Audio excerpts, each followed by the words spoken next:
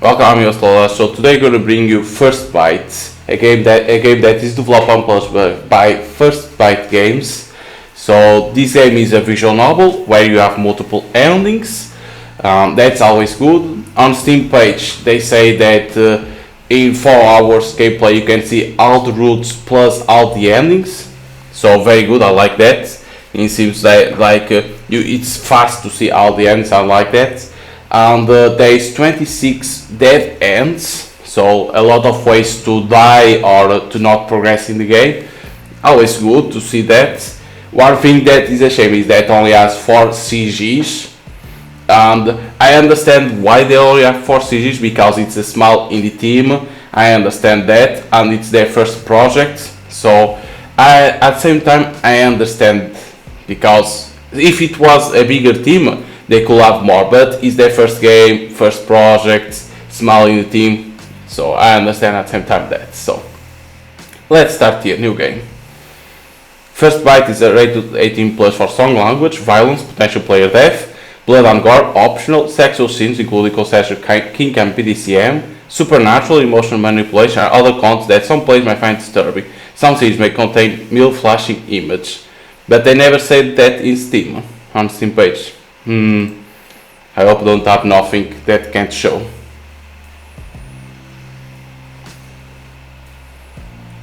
This game came out today, so because this week there isn't a lot of good a lot of games coming out, so because it start to be slow weeks because of those big games. Like this week there is Horizon Forbidden West, so certain developers are afraid to release their games on that weeks. So because in this week I only found like 3-4 games to play, so it's like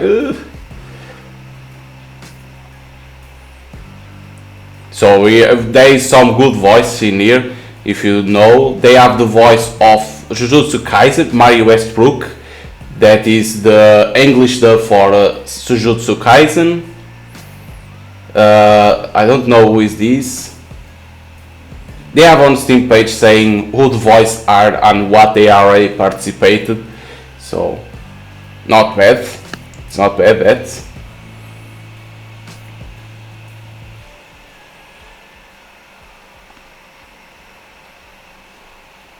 Here we go. So the good intro. I like that. This intro. Show you to the player everything that they have. Nothing but darkness surrounds me. I close my eyes, desperately trying to blink it away, but there's just nothingness. A void. I'm alone. Where am I? What I'm doing here? How did I even get here? I try moving my legs. Nothing. As hard as I try to run away, my body refuses to cooperate. I try my arms next. Frozen. Before I can try anything else, a light appears in the distance. There is something else flickering right next to that light.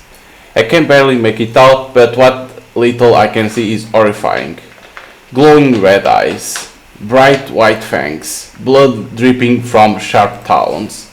In an instant they multiply, dancing around in the shadows. They laugh, a cacophony of demonic giggles, and then skitter toward me at an inhuman speed, their movement chaotic. I'm helpless as they close in around me. An aroma of metallic sweetness infiltrates my nostrils and I'm surrounded, trapped. Then they pounce claws tearing deep into my muscles as they grab hold of me, teeth sinking into my flesh. I try to scream, but no sound escapes. Part 1. Hunger. Do I need to press? Yes, I need to press. My eyes shot open as I wake up in a cold sweat. It was a dream, just a dream. Or closer to a nightmare? Depends on how you feel about being torn apart by a vampire, I guess. My heart feels like it's about to burst out of my chest as my mind races over the lingering memory of what I saw. I quickly scan my surroundings to make sure I'm actually in my room, and also alive. Everything is in its rightful place, and my laptop is asking me if I would like to continue watch Death of the Dead. At this point I should know better than to fall asleep watching horror movies, But I was lured in at the prospect of two hot characters kissing, and I just rested my eyes for a little too long. Oops! Some ridiculous part of my brain holds a kernel of hope that one day I will enter a delicious dark world of the unknown and unexplainable, but for now, I'm stuck here. Even my dreams won't let me near what I want. And now that these thoughts are once again racing through my mind, I know it's absolutely fruitless to try to fall back asleep, but I try nonetheless. I go through every trick in the book, breathing exercise, counting sheep, writing erotic fan fiction in my head, decidedly unhelpful. Surprise, surprise, I'm still awake and blankly staring at my ceiling. Great job, me. I sighed, pushing the covers off my body. There's no point staying in bed. I grab my phone from my beside table, bracing myself as I check the time. 3 a.m.? Once again, my body has betrayed me by falling into this disgusting habitual cycle of a nightmare. Up, stay awake, rinse, repeat. Defeated, I yawn and stretch my bones as I stand, and I make my way to my bedroom mirror. I drag my fingers down my cheeks and glare at my reflection, illuminated by the dangling fairy lights. What's your first name? No. Okay. Do we need to write? Okay, we need to press start. Okay. No, so it's like if it's already have a name, it's better to let it go. If it didn't have, okay, I will write my name, but because it has, I will press start. So, but you need to press start not with the mouse. Okay. So we're gonna call no Amsel. Pronoun he, him, they, them, she, her. Okay, if you want, I gotta put he, him. I call her Brown. I take a deep breath. I am no Amsel. I am going to have a good night. If only my therapist could see me now. A positive affirmation to start my... Wait, is it night? Morning? The time between times? Normally, when these disjointed sleeping patterns curse me, I either read my old collection of gooseflesh books for 100 time or write for my website. Can we press this? No. Because it's with that, I thought we could press in there. The singular most interesting thing about me is that I have cradled and nurtured crypto blog to a nice level of internet fame. Ghosting is my main source of serotonin and started out as a tiny form, an avenue to find and cultivate friendships with those that love the strange and unusual as much as I do. It still serves the same purpose now, but on a large scale. Mingling still happens and the original forms are active as ever, but I had to get creative and produce different types of content in order to keep myself afloat in this economy.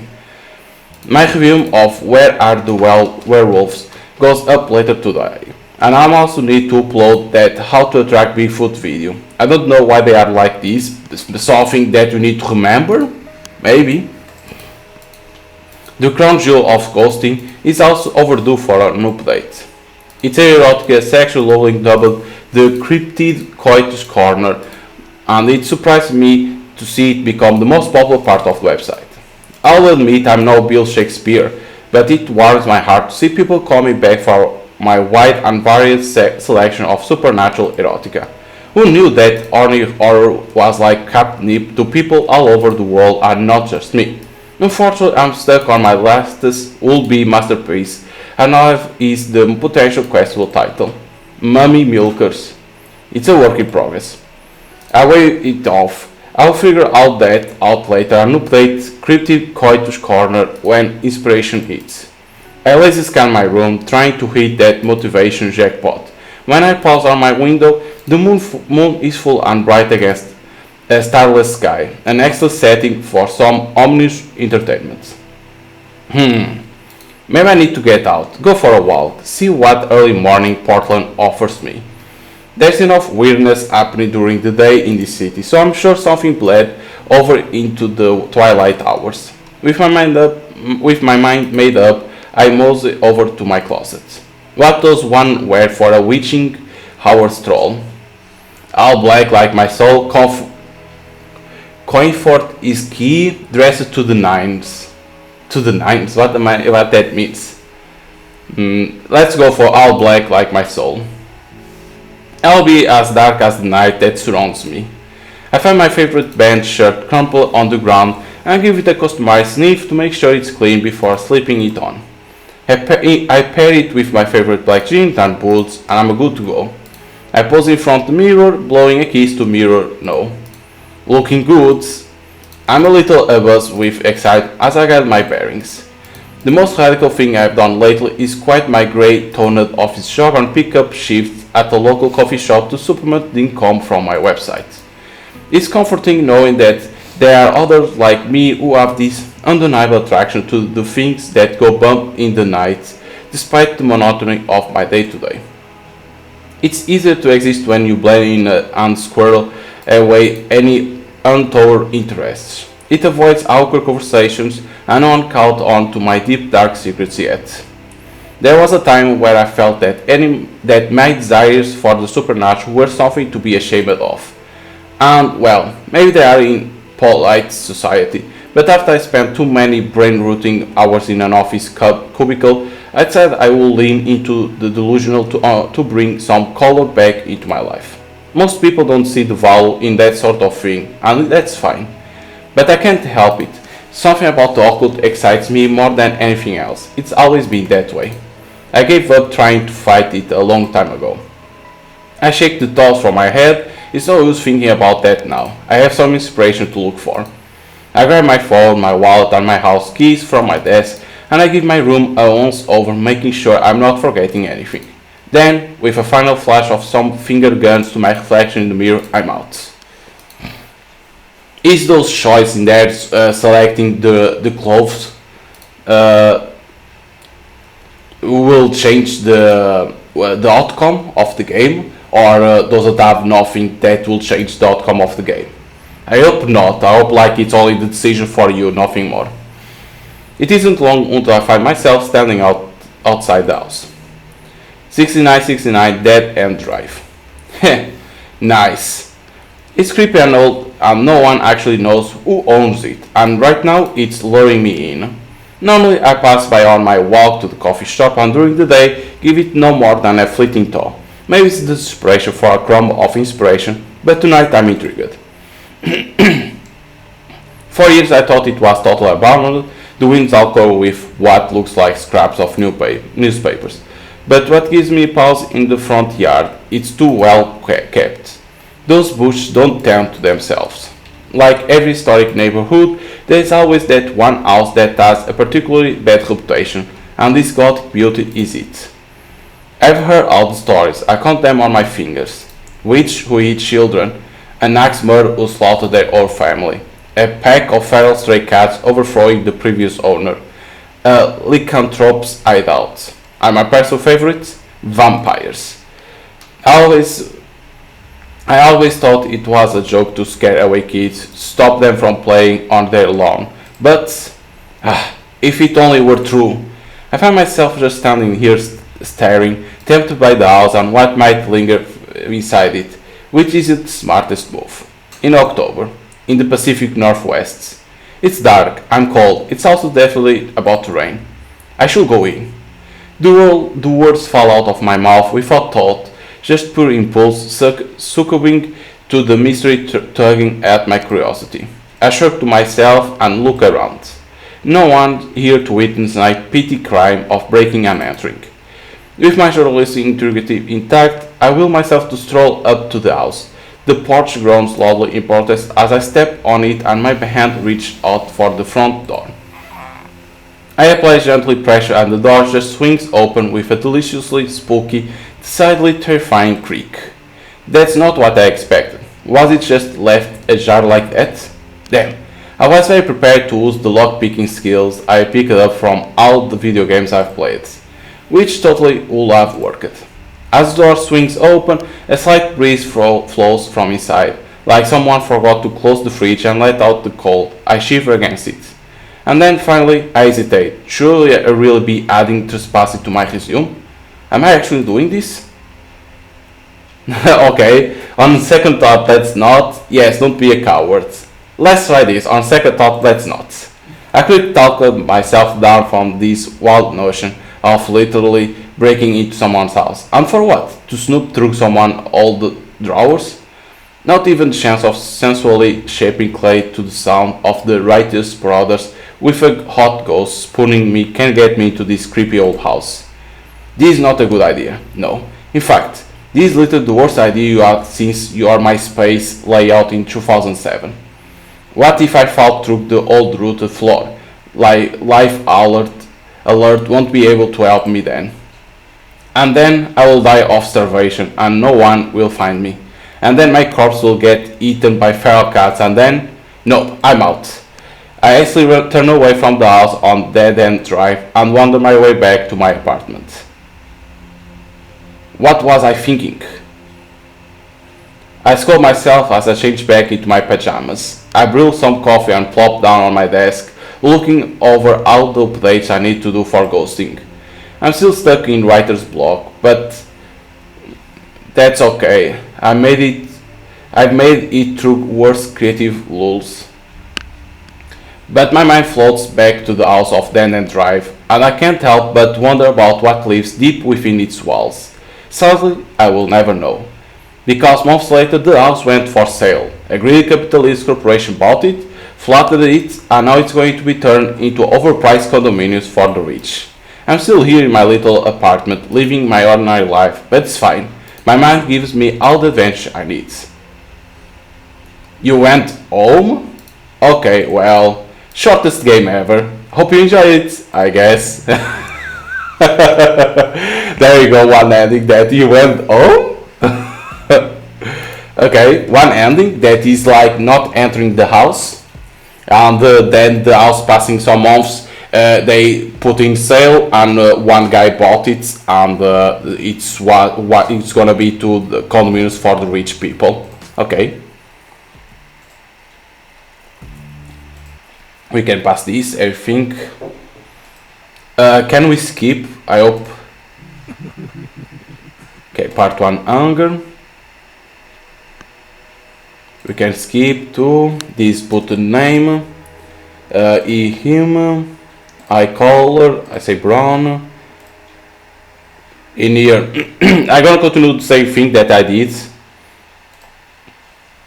Okay, now yes, don't be a coward. Here we go. Let's save now that I did this. Return. What will my therapist say? She told me it will be a good idea for me to say yes to more things in my life. This almost certainly what she was talking about. Listen, no, you go into this house and you do it right now. Think of the possibilities. And if there are no corporal beings, hopefully there will be a hot ghost that won't make me want to shit my pants. I push the door open a little more and squeeze inside. It's now or never. Once I get inside the house, my teeth start chattering. It's cold, like really fucking cold. Someone forgot eating exists. I think I'm in a small foyer, but it's hard to tell because without the soft glow of the moon outside, I can barely see my hand in front of my face. I pull out my phone, turn on the flashlight, and inspect my surroundings. As I shine my light around the room, I see this place appears to be lost in time. Nothing seems to have changed since at least the 80s. Not the furniture, the wallpaper, or the smell. I inhale deeply and catch the scent of something pungent and putrescent hidden deep within the normal old house musk.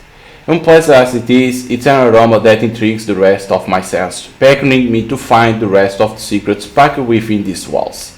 At the end of the hall, I see light sneaking through the crack of an half-open door. However, here, if anyone at all, must be in there.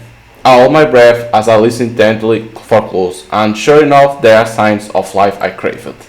I hear what sounds like muffled conversation, and then a very clear "Fuck you!" Fuck you!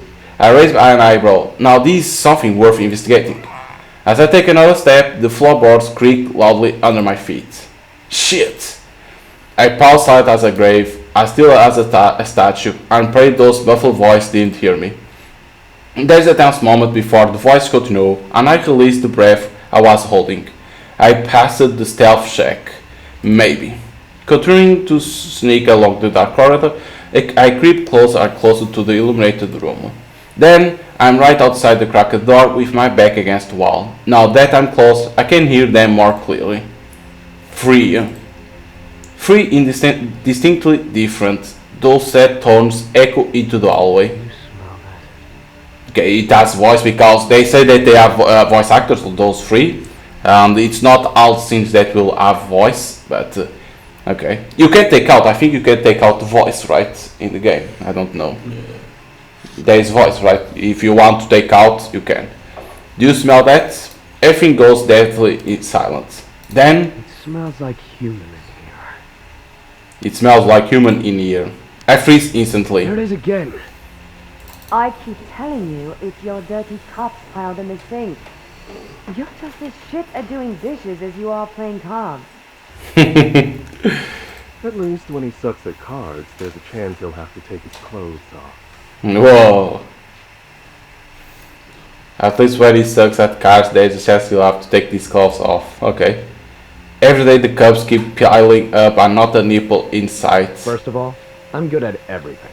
A warrior like me just can't waste his time on trivial things like cards and dishes. Okay, but I want, like I say always, I want to read, not wait for them to talk. So, where it is sounds, voice volume. It's like if you want to let the voice, you can let, like that they read, but like I say always, I like for me to read and not wait for the voice to go. So, but it depends of the player. Every game, every visual novel that I play, a lot of them have voice acting, but I prefer to be me to read, not wait for the voice actor to read. I prefer like that. First of all, I'm good at everything. A warrior like me just can't waste this time on trivial things like cards and dish. Got to save my huge brain and muscles for more important things. Second, I hear the sound of someone inhaling deeply. My nose never lies. I smell human. And the speaker's words hit me like a thunderbolt. What had I been thinking? Skulking about in the hallway and eavesdropping on whoever lives here. Could be a troop of axe murders for all I know. Have we already forgot the time your nose led us straight into that werewolf house party? Somehow, despite the growing panic in my chest, the phrase werewolf house party makes me snort. I cover my mouth with my hand immediately, as thought it might somehow take it back, but it's too late. Well, we might have company after all. Go on, show yourself. I can't describe the feeling, but it's like I'm being compelled to step from the darkness and into the light. My feet propel me forward of their own accord, carrying me around the corner as I resign myself to the fact that I've been caught. What I see when I enter the room jolts me right out of my numbness into a state of shock. There we go, a guy and two girls, of course everyone is a vampire. Uncontrollably, my heart skips a beat. The three voices that I heard are matched by three equal as mesmerizing faces. They are so beautiful, it almost hurts to look at them.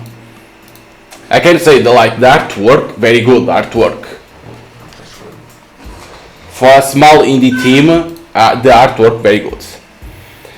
I'm the look of their site perturb and yet slightly intrigued expression. I clearly interrupted something. Using my big galaxy brain, I surveyed the situation and decided my next move. There is a mess of playing cards and a glass of red wine strewn across the table in front of them. The way they are holding their cards reminds me of an old spaghetti western right before there is a shootout in the saloon. The three of them stare at me in a way that makes me feel like a ham ready for carving. None of them speak, they just evaluate me with this bizarre hunger in their gaze. I should say something to shatter this long, incredibly awkward pause. Howdy, I appear to be lost. I know this looks bad, but okay, let's try to say I appear to be lost.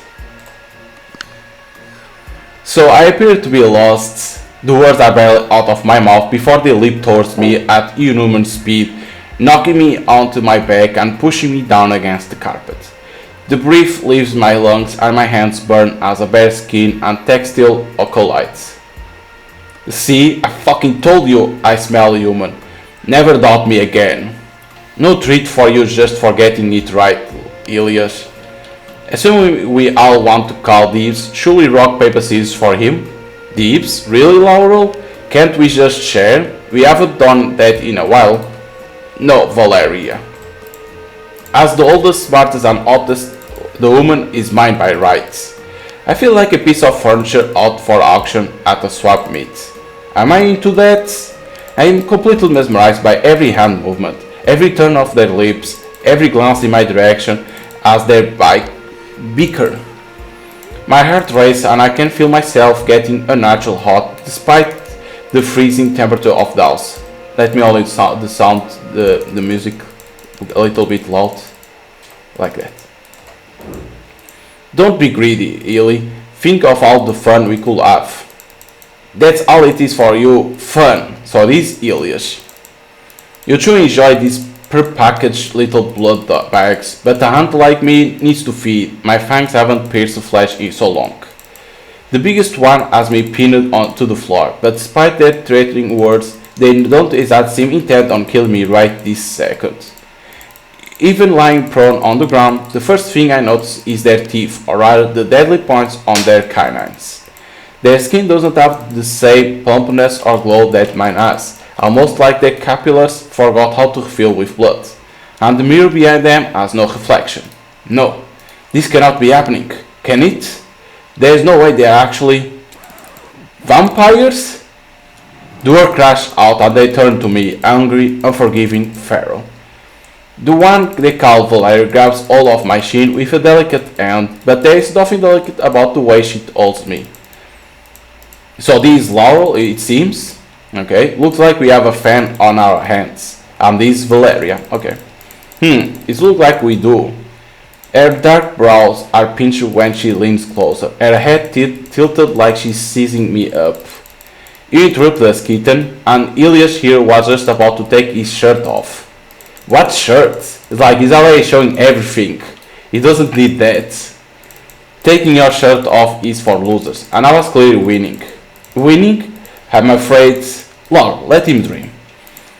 I don't have dreams about winning. Winning is all I do. Look at these muscles, my face, these cards. The three continues to bicker amongst themselves, and I just lie here watching. Vampires are just myths, monsters made up by confused historians and then embellished by storytellers seeking to make us feel something.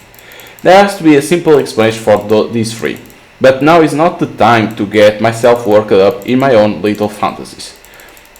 It's probably just sort of kinky vampire LARP event, cosplayers who lived or something, and I'm usually so on top of these gatherings. The costuming on the props are serious. Moving magic fangs, even the red wine in their glass looks like real blood. And it wouldn't surprise me if they have rented out this house for their own pleasure. There is no way you are real vampires. Who are you? Ada's silence fills the space between us as I gracefully interrupt their quarreling. Valeria hand gets tight on my chin. Elias' boy feels heavy against me. Who are we? You don't think we are real? I don't give a shit what he thinks. He will know where we are real enough when his blood is sliding down our throats. Too much talking, not enough killing. Elias lunged for me at a speed that my eyes can hardly register. I'm in such a broken state of shock that I say the first thing that comes into my head. Parley. They all pause immediately, going still as touched as they look at me with distinct mix of disgust and confusion. Parley? Do we look like fucking pirates to you? Who are what you eat, I suppose. Yo ho ho. I'm sorry, is there like a vampire verse of Parley where you have to let me explain myself before you kill me? That green shit they put on your food to make it look nice? Parley, not parsley. Is some bullshit the woman picked up from the movies. You know, Parley. Clearly Elias does not know. Besides, it's bold of you to assume we have anything to talk to you about, human. It could surprise you, Val. You know, I never thought I would be reminiscing about all the sailors I've eaten when I first sensed him quivering around the corner. Honestly, Laurel, who hasn't eaten a shipful of sailors? Now you got me thinking about that time in Saint-Tropez. She gives my head a little shake, her fingers digging into my cheeks and making my mouth purse as she stares wistfully into the distance. Pristine beach, expensive wines, obnoxious stories no one will miss. As they once again continue to talk as if I'm not here, my gaze fleets between their gorgeous, terrifying face, desperate to find something I can use. All those years of memorizing books and movies and useless video games and cryptic lore has prepared me for this moment. I racked my brain for what little information I've managed to learn about these three thus far. The biggest one, Elias, is apparently the oldest and seems to believe he is the best of the three of them in every way. He's probably susceptible to flattery. Valeria, the most petite of the trio, seems to have a penchant for luxury if the glassed look in her eyes when she mentions Saint-Tropez is anything to go by. And finally, Laurel, the hardest to read of the three, gives me distinct impression that they might be open to being entertained. I won't have much time to try whatever it is I'm going to do, so I'll better choose a vampire fast and just go for it. Flat Elias, ask Valeria about Saint-Tropez, offer to keep Laura entertained.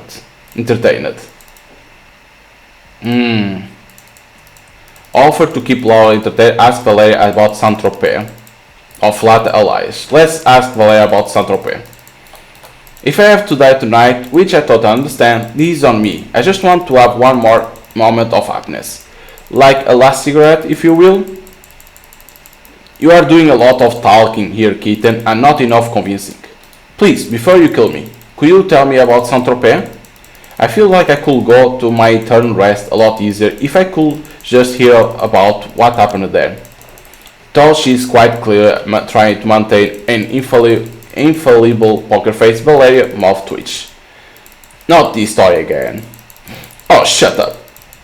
You have told us about Paris 1,000 times too many.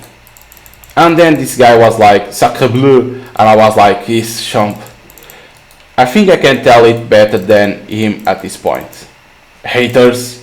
It really doesn't take much to get these three going, does it? They biker like a supernatural Mario couple. Valeria finally turns her gaze back to me, interest shining in those terrifying red eyes. I'll be happy to tell you about Saint-Tropez if it will spare your soul the torment. We wouldn't want you haunting us. Valeria runs a hand through her hair, her flash fluttering as she sighs dramatically, clearly reading herself to tell her tale. Her voice even gets a little louder when she next speaks. You'll think she was addressing a stadium rather than just one human. The thing about Saint-Tropez at the height of summer is that everyone is rich and beautiful and drunk. The parties were magnificent, and plucking off those insufferable wretches one by one was as simple as stealing candy from a child. Valeria sighs again, wistful this time, and Laurel and Elias share a wounded look. I can still taste the Dom Perignon and La Mer on the tip of my tongue if I try hard enough. Rich people just taste better, like debilitate insecurity and tax evasion. Look what you did, woman. We are going to be here all night at this rate. Do you fucking mind? My ravishing sympathetic Val. I'm afraid Illy might have a point. You too? Can't the vampire reminisce about a little mass bird around here without you two huffing and puffing? She stomps her foot, a little bratty, a little endearing, and the pot that forms on her shiny lips is more than impressive. You have ruined it. I can't be bothered. Let's just kill the woman and get back to stripping Elias of his dignity. Hey! Then they are staring at me again. Suddenly, all I'm thinking about is shredding your throat like barbecue, so talk fast. Fuck! Somehow, once again, these three beautiful people are arguing amongst themselves, and I'm left with a moment to ponder my options. There is no going back for me, but maybe I can razed my way through this extremely sexy scare predicament. It's clear to me we'll never settle on who gets to hit me if we continue on like this. We are just too sexy and cool and clever. And I suppose you have our answer, do you? Again, wasting time talking when we could be feeding. Now, Willie, how often do we get entertainment of this calvo delivered to our doorstep? I want to see what cute little scheme he's got in his pocket. the massive vampire arthropods. It actually hurts to be this bored, you know. I suppose we can hear his chest before we tear him apart. Talk fast, woman. I can only keep this chew from your throat for so long. Okay, well, I was thinking maybe I could. That way you can see who's the best fit to eat me. You are holding Illy and I back for a fucking job interview. I haven't had a job in... He frowns, his eyes squinted, mouth opening and closing. He seems to be thinking particularly hard about something. He raises his hand and looks to be counting on his fingers, but he gives up after a few moments. A long fucking time, and I'll be damned if I start now. Laura inhales and exhales quietly, a hint of smile on those perfect purple lips. Absolute treasure, aren't they? Keep talking. If they really are the creatures of the night that they claim to be, I will better continue think fast. I have survived thus far on wit alone, and I can't let it fail me now. Maybe confidence is key here. Maybe I can throw them off. I'm an expert on your kind. I'm still not convinced you are real. I gotta say this. I'm still not convinced you are real. I stand my ground, so I can easily play their games and win them over with compliments. There's just no way you are not LARPers, silly, sexy LARPers. I smirk at them, trying my best to make sure it doesn't shake nervous at the edge. Either way, I guess it doesn't matter. Laura exhales a lilting laugh. Que será? Certainly an interesting credit to live by and die by. You really are quite bold for a blood bag, aren't you? I admire your tenacity. I suppose we'll indulge you, but this is truly your last chance. Elias, clearly on different page than Laura and Valeria entirely, flexes his big beefy arm. I just can't believe you think that humans could ever have muscles like mine. Valeria nods her eyes at me as Elias palms his fist. He looks pretty keen on ripping me to shreds. Illy, not yet. A moment of roused tension passes. This better be as fun as you seem to think it will be, Laurel. I can think of a million better ways to spend my time. Twitter, for example. Laurel pointedly ignores her. Tell me, what exactly drove you to fling yourself into this pit of vipers, woman? Elias grumbles. God, it's so boring when you play Puppet Master. I'm over it. Enough talking. I'm taking what's mine. A look passes over Valeria's face like she's suddenly reconsidering things. Oh. You suddenly don't want to hunt him now, Illy?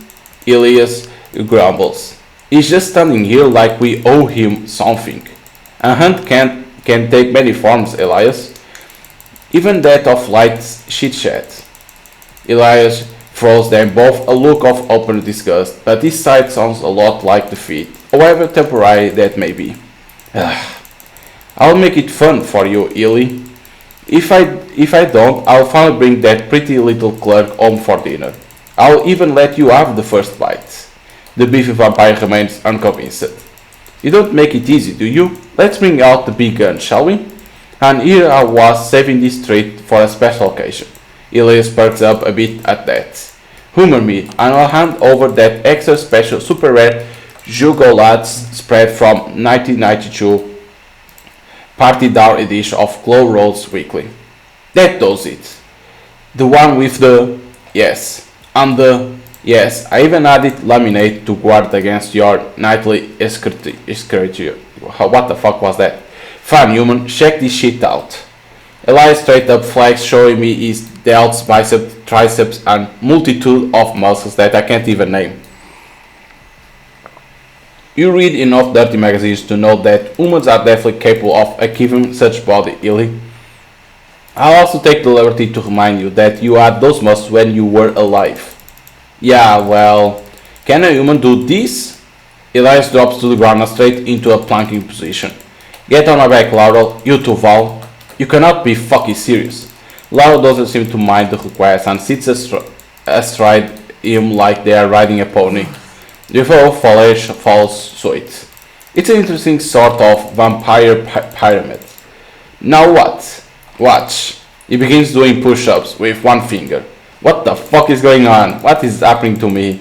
1 second I'm practically begging for my life, and next they are trying to impress me with their talents. I don't know what to think as my mind boomerangs from terrified to fascinated to enthralled.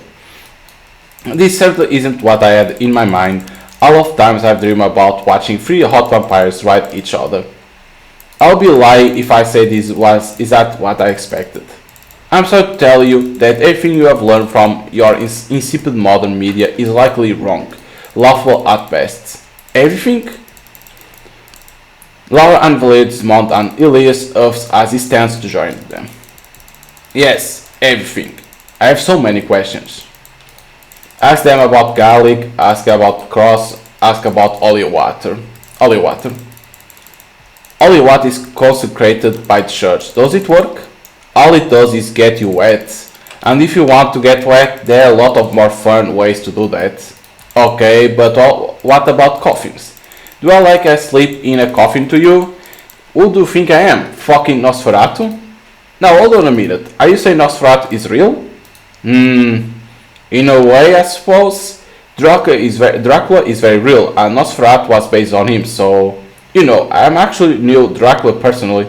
Elias groans loudly, but Valeria continues, raising her voice slightly as if to drown out his obvious sorrow. Vampires might not age, but the way that Lara and Elias seem to wither at the prospect of listening to her tell another story seems to sap a few centuries of their infinite lifespan. It was all very exciting at first, the whole King of Darkness thing, but then you come to realize that he's far too invested in the wrong kind of impaling. Such a waste. Wait, you had sex with Dracula? Well, of course I fucked him. I'm not stupid. He's 6'7" and built like a god. I'm just saying it's unfortunate that he's showed more interest in skewering his enemies than me. I'm not going to beg any man, Dracula not, to pay me attention. My mind is officially blown. Okay, now I have to ask, what is that is the difference between vampire sex and human sex? Oh, you poor creature, you have no idea. It's better than your inadequate human mind could ever possibly imagine. You can physically see lust spiraling off body like smoky tendrils, can taste the pheromones that linger on the tip of gasping tongues. We can smell every bead of sweat and cum and plethora of aromas, sweet, salty and inviting. It rules. My heart starts racing and then, hang on, why the fuck are we still talking about to our dinner? Dinner? Yes, that will be you. Sounds a good garnish. I'm known to be pretty tasty. My urge to kill is dissipating. This human has no sense of self-preservation. It's no fun if you are not scared. It really has been too long since I had a good hot fresh meal. As I stare into 3 sets of wide scarlet eyes, I feel like I'm standing on the precipice of something terrifying and life-ruining. But my heart is racing like I've just won the fucking lottery. I think back to my dream. Was it a premonition? Was the universe predicting my untimely death at the hands of these 3 monsters? You know what will make this mortal's blood taste better? A performance. I want to play with him, make it last. They step forward again, just on the edge of too close, and their hungry gaze roams my body like they are sizing me up for feasting. The eagerness inside me awakens, stirring curiously, and it takes every ounce of my remaining willpower not to tip my throat in surrender. Fuck this, I wanna kill them right now. Kill him right now. And I call Deeps. In an instant, Elias races towards me, his outstretched arms grab my shoulders, and we topple over. As I hit the floor for a second time this evening, I feel a very real sense of deja vu wash over me. He licks his lips before baring his cruel fangs. Elias, wait! Valia bends over and leans close, her long, silky hair falling in my face. She traced the curve of my cheek with her fingertip, trailing down over my jaw. Tell me your name. No, Amsel. Well, no. Laurel here seems to have taken a liking to you, so that means you have one final chance to plead your case. Good luck, and don't fuck it up. Part 2, Tastes. You are probably wondering how I end up here. This isn't exactly what I had in mind when I left my house early this evening on the lookout for adventure. though it might be a situation that has played out in more than a few of my wicked fantasies. I have a terrible feeling I won't be getting the usual happy ending I imagine. No, this definitely doesn't feel like a running off into the sunset with three super ripped, super hot vampires with a gentle breeze blowing through my hair deal. Maybe they will prop me up on the sofa when they are done draining me dry and dress my corpse with a fashionable pair of sunglasses. If I'm lucky. They start to seem like the type functional. Elias, who still has me pinned onto the floor, is staring at me, a frown pinching his brow, and I wonder if maybe he can hear me. Can he hear me some of the weird shit currently swirling around in my brain. Valeria, still hovering close enough that I can smell her sweet perfume, grows more menacing by the second, and Laurel, quiet, contemplative, terrifying Laurel is wearing a spurt that could kill you from 100 years away. They're leaning against the wall, watching the whole thing go down from a safe distance. It could be worse. Maybe. If they want me to tell them why they shouldn't just kill me here and now, I will better put my back into it. As a writer, I'm notoriously good at bullshitting, or as Ghost User Monsterfuck 69420 commented, presenting a fantasy that has people desperate for more. I need to figure out how to convince them to not rip open my throat and suck my life away. And if I fail, honestly, it won't be that bad either. I'll go out in service of something I love. And then I have a light bulb moment. A fucking terrible, I will advise it, monotonous stupid light bulb moment. Wait! Elias and Valeria pulled back quickly, as if struck, their heads spinning to the side in the same way a dog would if you shook a treat box. Laura just ups a laugh, but it doesn't look like they plan on stopping me from further pleading my case. I have to wonder if these three ever managed to have a fresh meal. I want to be like you. If you kill me, people will find you. No, I want to be like you. I have a proposition for you. Say I do end up with all the bargain ships. What do exactly I want? I'm a paranormal writer. Am I just content to live with only the memory of this insane night, trying to do it justice in my writing? Or do I want something more? A souvenir, a trinket maybe? Or, we are waiting. Fuck it. These are vampires, clearly. Immortality must be on the table here. I take a deep breath. What would I have to do to convince you to make me like you? To turn me into a vampire? Elias burst into laughter immediately, which is really great for my ego, if not expected actually. But when I tear my eyes from his double over hulking form and look at Valeria and Laura, they seem to be intrigued. That's hilarious, a really good one. I forgot humans could be so funny. Talk. I mean, I will be stupid not to ask, right? I little dreamed of having an opportunity like this my whole life. Can you blame me for taking the risk? You are going to kill me regardless, I think. Valeria shrugs and looks at Laura. The woman isn't drunk. Elias snapped his head from side to side quickly, looking between his two comrades like they just grew arms. Wait, are you actually pausing right now? Why aren't we showing down? Shush, Eli. So, if you really want this, convince us. My mouth falls open, then close. Open, close. Right. I can do that. Shit, fuck, what I have done. I feel his grip on my shoulders loosen as he swings his leg over to stop straddling me. Reluctantly, he sets me free and instantly sit up, squatting my knees into my chest. We are expecting some good entertainment this evening now, you know. Though I will warn you, in case you haven't already guessed it, we are pretty tough crowds. I go, but I can work with that. This is just a game, right? A very stupid, very deadly game, but I've been gifted a few more turns to make this work in my favor. And hey, I've played tons of games. I'll just have to use all my charisma, uniqueness, nerve, and talent to turn the tables. Judging by the looks on their face, the longer I dilly-dally, the hungrier and more impatient they get. And like I already said, and like they already confirmed, the odds of me walking out of here alive are virtually non-existent. That's more than fair. I paused, letting the words hang in the air. Knowing I am now have the full attention of the vampires, I use my next turn to stand up and brush myself off, making sure my stance is as confident as I can muster. They don't need to know I'm metaphorically shitting myself, despite them probably being able to hear my heart screaming in my chest. It's not every day we come across a woman who likes fear when staring death in the face. So, enlighten us. Well, firstly, you are really fucking hot. Valeria holds her eyes so hard out I think they might fall out of her skull. Stating the obvious, kitten. What I mean is, vampires are brilliant, fascinating creatures that until tonight I thought weren't fact but fiction.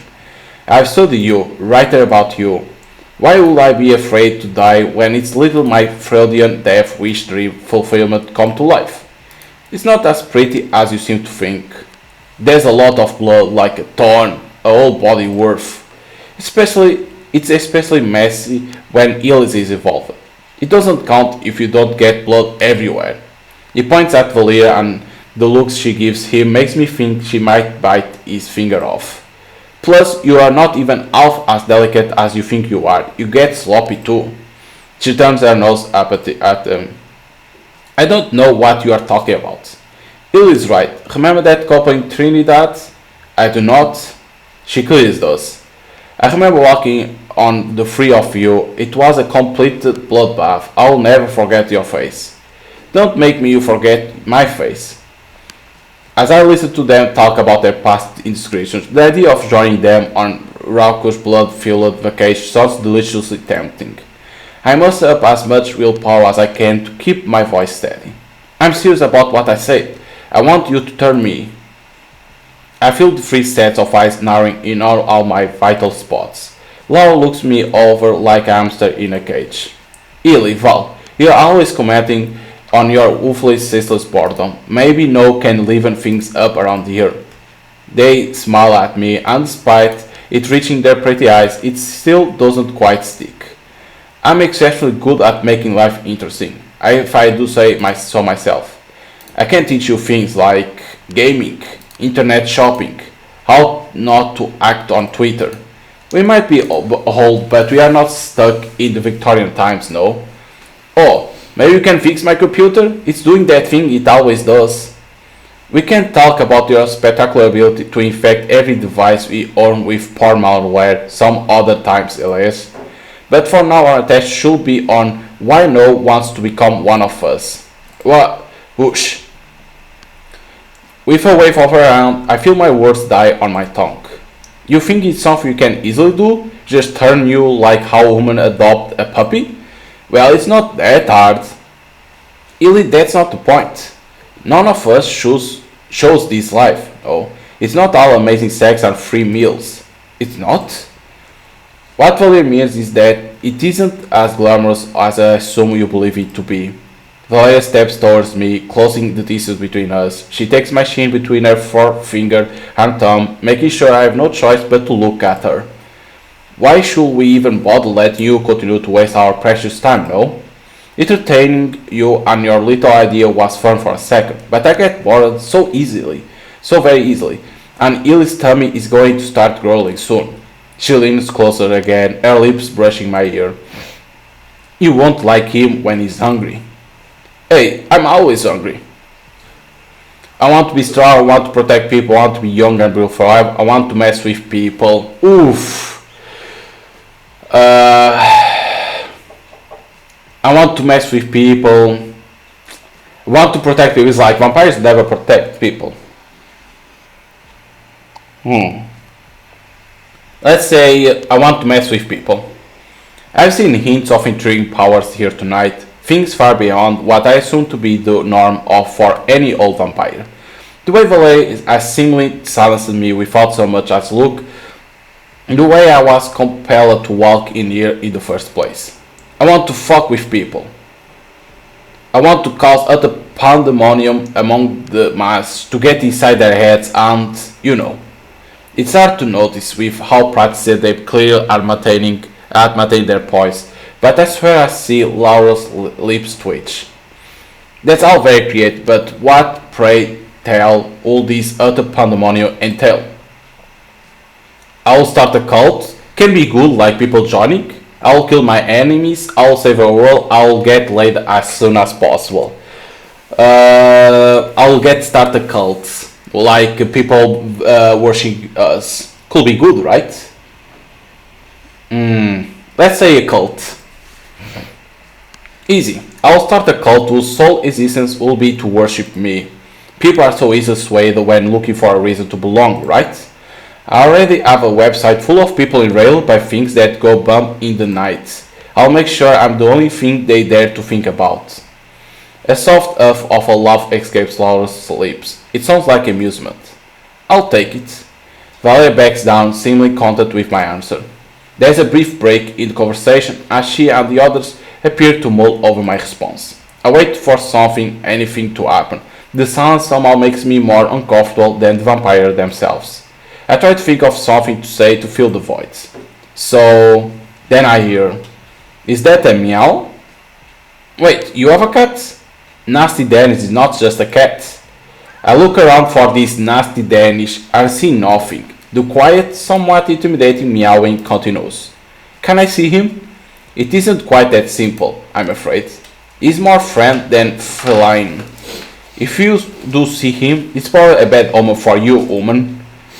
Is he like one of those cats who sit with elderly people in nursing homes before they die? Valeria snorts derisively. Nah, you probably just shred your jugular. So that's where the nasty comes from. Got it. Someone is enamored. I don't blame you. He's a fine specimen. Despite being a complete bastard, yes. I won't say that I'm enamored, just curious. Isn't curious what killed the cat?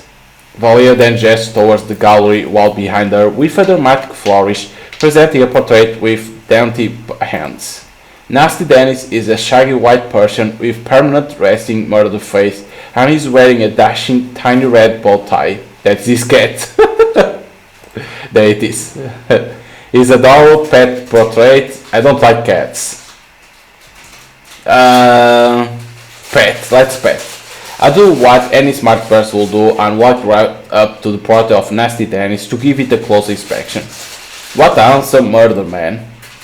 I reach out and scratch his perfect little painted chin, trying to bite back my smile as I feel the three of them watching me like I just grew another head.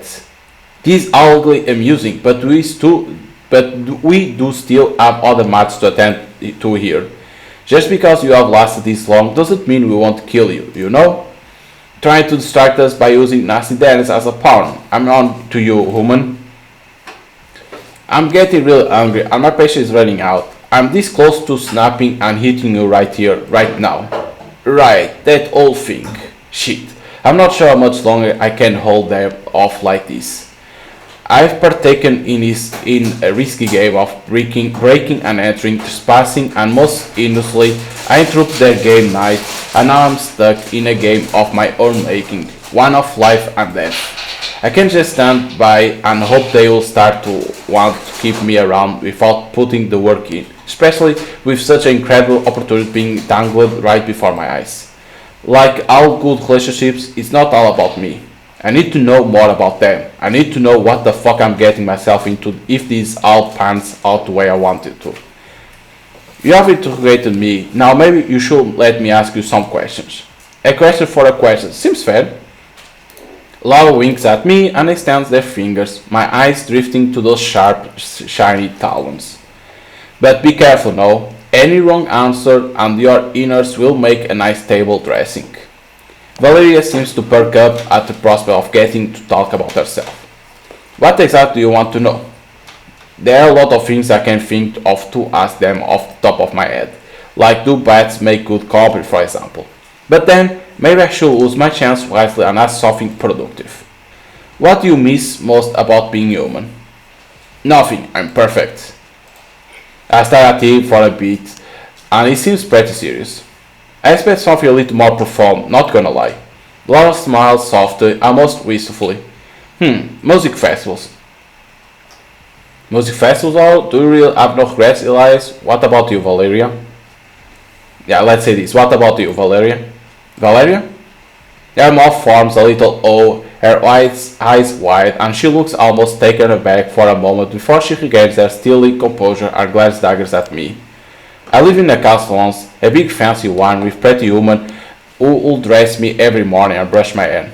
She scrunched up her nose and looks around the living room. Clearly, I've downgraded. Hey, this is a nice house.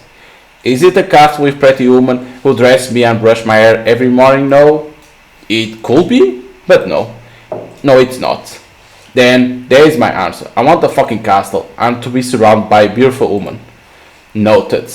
Now it's our turn. Laura's eyes are sharp and full of mischief. Who do you stand in LBS? When I decided to do a round-robin game of truth and truth with a trio of hungry, sassy vampires, I can't say I expect this one, but I must acquiesce. What's a LBS? SM, no, J-Drip, SM is my bias record, dumplings, I prefer old school, hip-hop and R&B, all of them? No, I don't even know what is LBS. LBS. Who did the what now? An LBS? Laura sighs and tuts at me. Lolly, I instantly feel mortified that I don't know. Sure, I'm more up to speed with pop culture reference than these three. They offer me no answer either. I'm going to go forever without knowing who or what an LBS is, aren't I? Is that satisfactory, Laurel? They nod, but I'm not entirely sure if I made a good impression or not. Before I can ask my next question, Elias practically bulldozed Laurel out of the way. Okay, no. 1. How does a 3-day hunt in the woods sound to you? 2. How do you like your blood to taste? 3. Where is your favorite place to bite someone? 4. What are your opinions on swords? Well, someone's eager. Of course I like swords. I fancy nibbling on a good collarbone, blood taste in metallic, hunting for cryptids, right? Okay, those are good questions. Hunting for cryptids, right? No. I fancy nibbling on a good collarbone. Yeah, let's say this. Well, I'm sure there is no wrong place to bite someone. I think a nice nibble on a collarbone so is quite delectable. There's something sexy about the sharp curve of them, the way they so delicately frame the top of the chest. And the bite there would of course be essential one. It's not like you just whip out your collarbones for anyone, right? I imagine if you do it just right, it's pretty hot. They all look pretty shocked. Clearly they underestimate me and my ability to wax poetic about body parts. I do appreciate the way you talk about bones, no? I feel my cheeks start to heat, and by the way, Elias is looking at me, his chest heaving. I might have excited him. Now, are you quite finished hugging the woman, Eli? Elias pouts and Valia pats him on the chest, and then she starts staring at me down, a deadly look in her eyes. My turn. Tell me, no, if given the chance, how would you try to impress a fine specimen of a vampire like myself? She pokes at one of her fangs with her tongue. It feels like a threat. A sexy one. Think fast.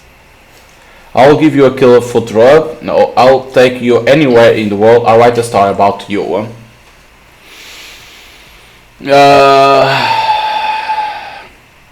Story. Most of my strength lies in crafting stories, and really seems like the type to want to be the center of attention. What better way to woo her than to make her the star of her very own epic? Well, I'm a writer, and quite a prolific one, if you respect the opinions of AO3 reviewers. I could write a story about you, a movie worth epic about your life. Say more right now. It will be great. We could sit and you can tell me all about the amazing events you have had.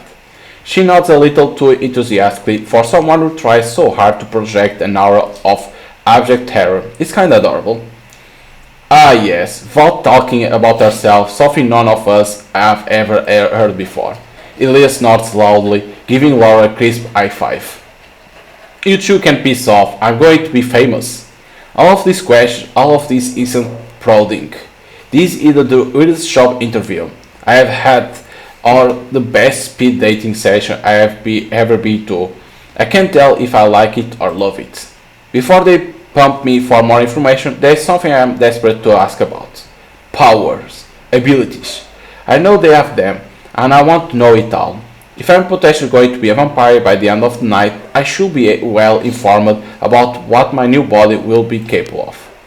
I want to know about all the cool vampire shit you can do. Interesting priorities, though it's a fair question. I suppose the ability to see threads of truth you mortals can't. The added benefit of near miraculous strength as it perks, but being a walking polygraph makes living in the shadows of humanity that much more entertaining. It's hard to choose one thing.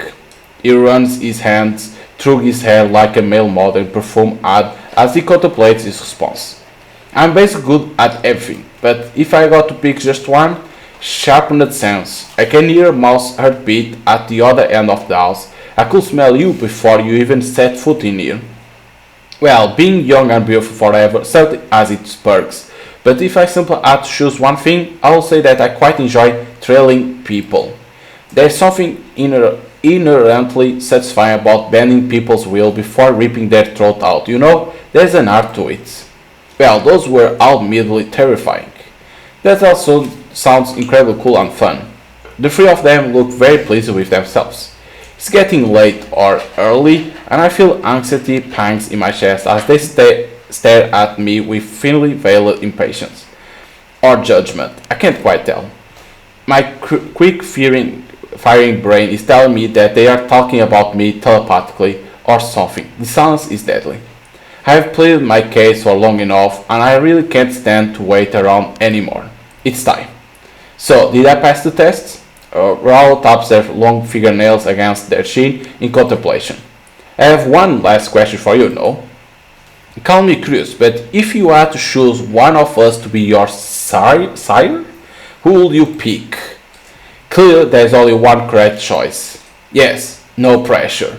This has to be a trap. There is no way this isn't. If I choose one, will the others pounce on me? If I don't choose, will I die regardless? Even if it's a scheme to get their fangs in my throat, I have no choice but to answer. Laura, Elias, Valia, is any of you an option? None of you.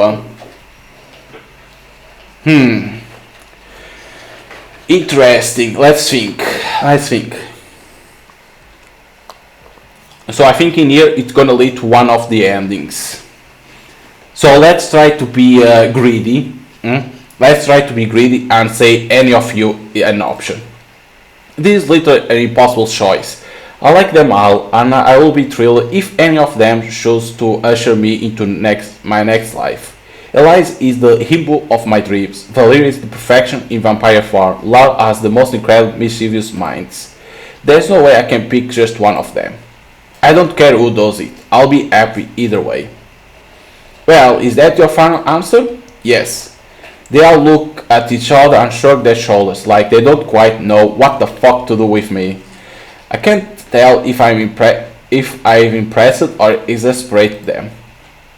While I found myself marshalled less bored than usual, I'm still on the fence. No, Valeria, you are on the floor. I was only middle entertained. Laura yawns, which I'm going to go out on a limb and say isn't exactly promising for me. I know what you can do to make it up to us, no? Elias grins white.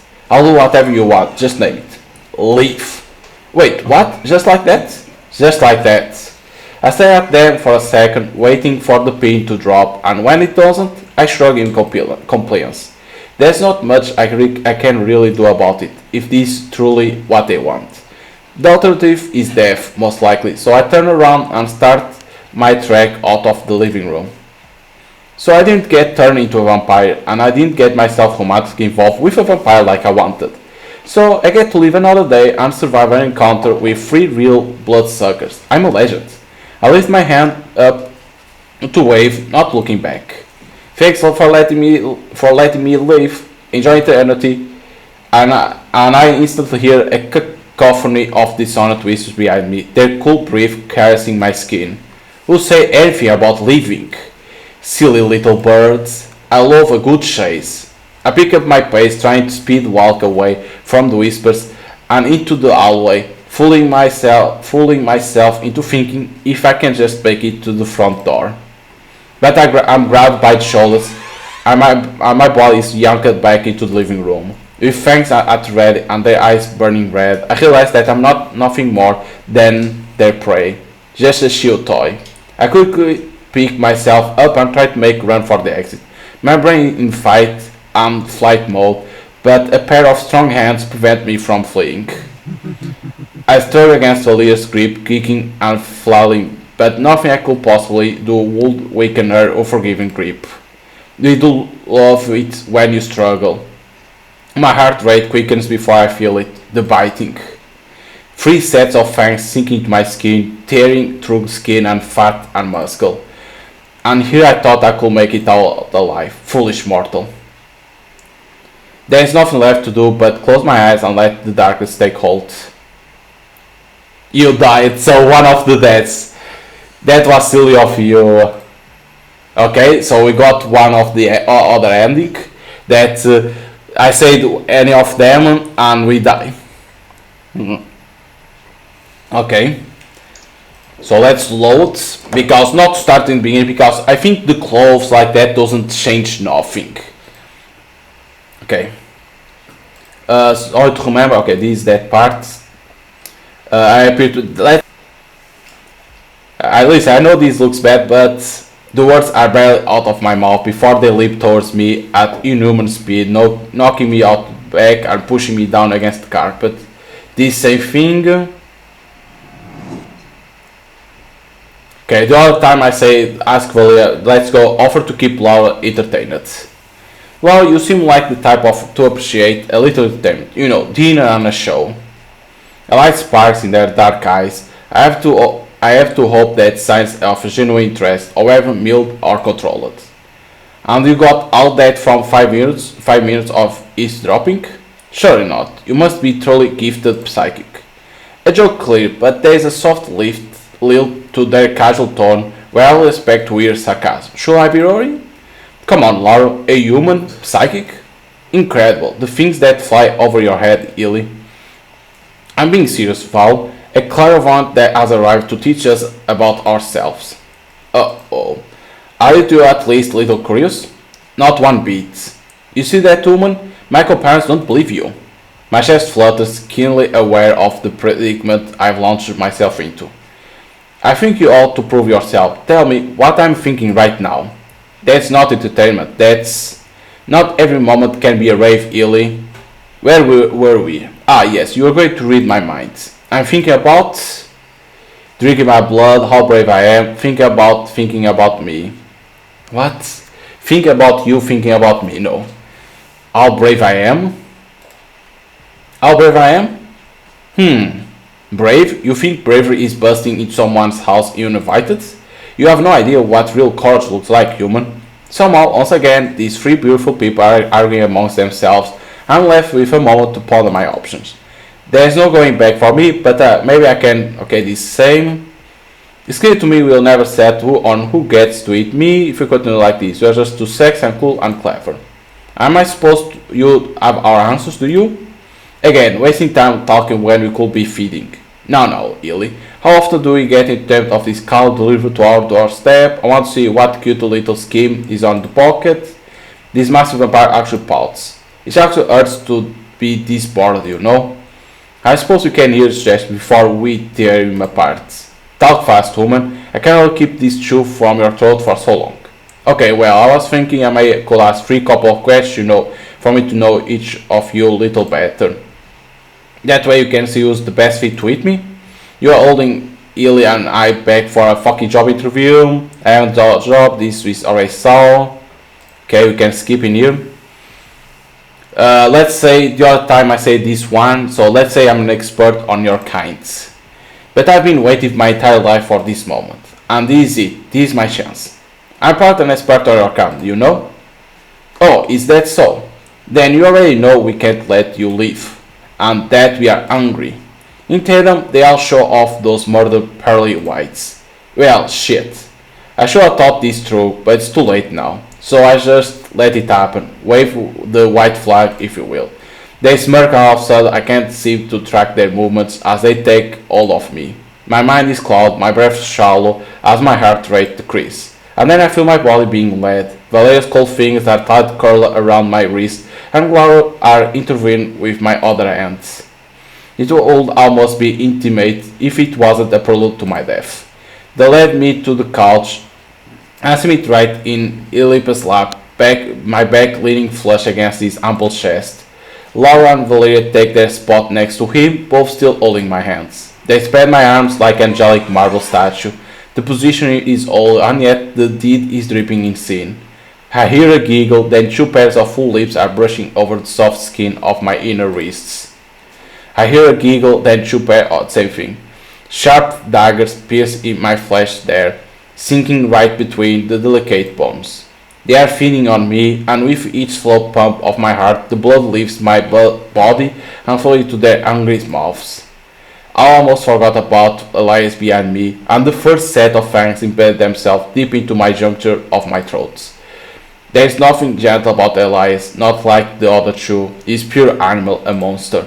I don't think I have much life left in me, a sharpness settling in my lungs that makes it hard to breathe, and then there is just acceptance.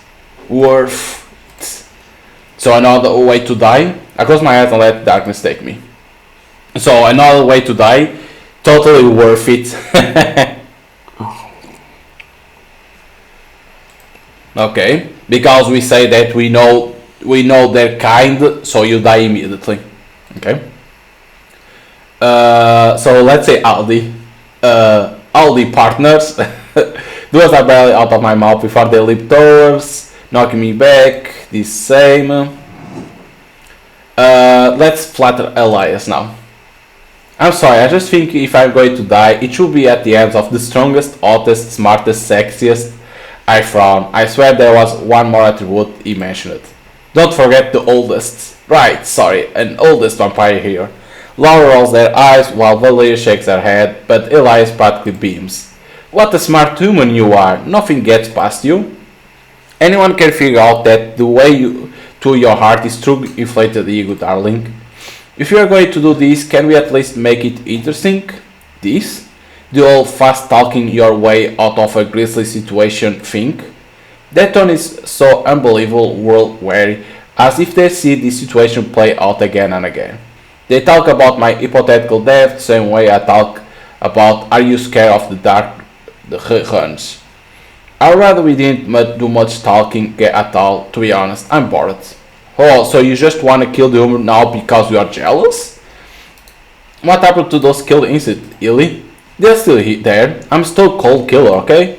He turns his wicked golden gaze to me, somehow exuding both murderous intent and boyish excitement in equal measure. But if you want to say something nice things about me again, first, woman, flattery really will get you everywhere with him. The vampire are all staring at me expectantly now, and this time the pressure is really on.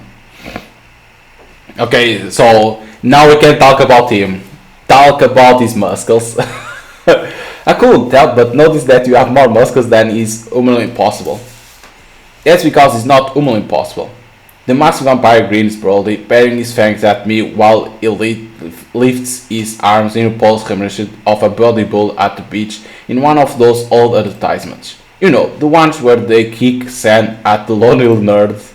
I have as many muscles as is vampirely possible. How many is that? A lot, obviously. Obviously. Well, if I have to die, I can't think better way to go than being crushed between those perfect arms. Squish me like a grape, crack me like a walnut, crush me like a melon. What is this?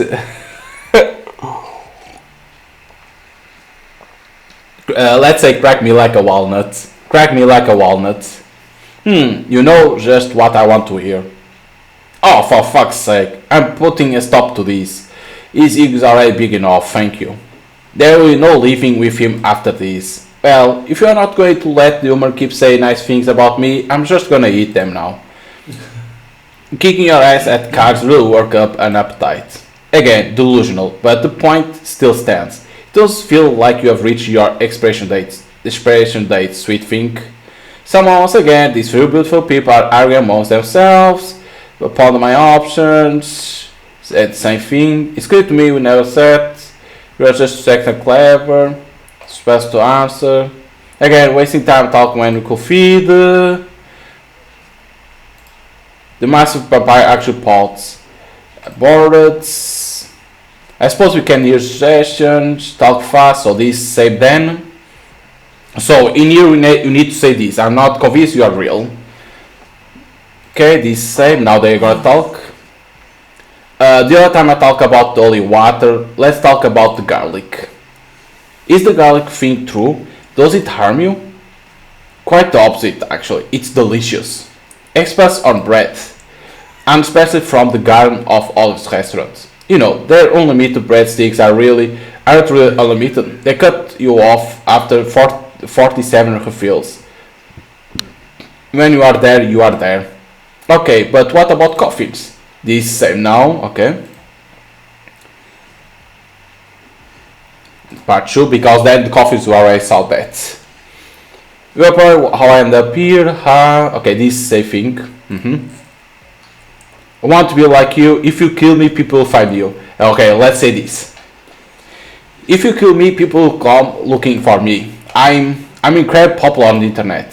Very left eyebrow claims so I think it might disappear into her airline. Is that so? Why does that matter? We will kill people all the time. We will just kill whoever comes looking for you and then kill the ones who come looking for them.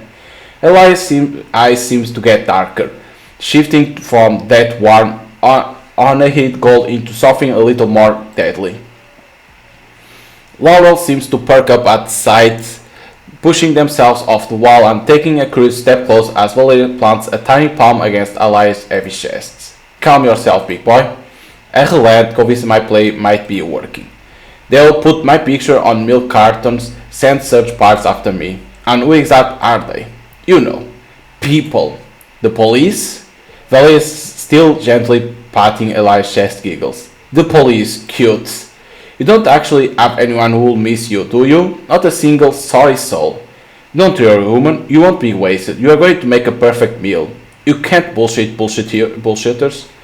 It was a valiant effort, nevertheless. With that, Valeria pulls her hand away from Elias' chest, and I hadn't quite realized until the moment that she'd been holding him back. It hadn't been even crossed my mind. I simply assumed she was soothing him, but clearly she was prolonging my life for the sake of entertaining my shitty attempt at surviving. Before I can even understand what's happening, there's unfathomable blur, then a jolt of pain surged through my body as Elias latched onto my throat, and there's nothing I can do to fight back. His fangs sink deep, flesh tearing and blood pouring out in a messy, warm glut as it slides into his mouth. Share, Illy, don't be greedy. I hear a growl and then there are more mouths on me, more dagger-sharp teeth. It will quicker this way. So another way to die? Okay. Nice try. Because like they say, there's 26 ways to dead ends. That is that, like that, the dead ends. It's good to see them because like you want to see the multiple endings and at the same time to see the dead ends that exist because they are funny at the same time. So now what I'm gonna try to do is try to make the perfect run. Is what I'm gonna try to do, the perfect run. Let's try it. No, not a new game. I want to go to loads. Because when you start a new game, there is nothing that will make it different. I think like the choice of cloth that you choose doesn't affect the game, like doesn't affect the choice. I think where it affects the choice is when you are on the house, like because I did the first one was not enter the house. That was one of the endings. I think that okay, nothing happened, but you regret not entering the house. Then there is the dead ends that I got. They are fun, but I think the choice of the cloth doesn't affect nothing. I think it's only how you want to be. Is what I think. That's what I think. I know. I don't know, of course. So let's go. Let's see. I appear to be lost.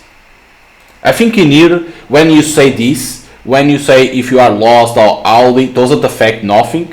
It's only to be like kind of weird, right? So I think that doesn't affect too. So let's let's ask Valia about Sandra Tropea, because in year 2 I think these three doesn't affect the game. This is more about who you are interested, who, like, I'm interested on Elias, I'm interested on Valeria, or I'm interested on Laurel. It is what you want. So let's say Valeria. Okay.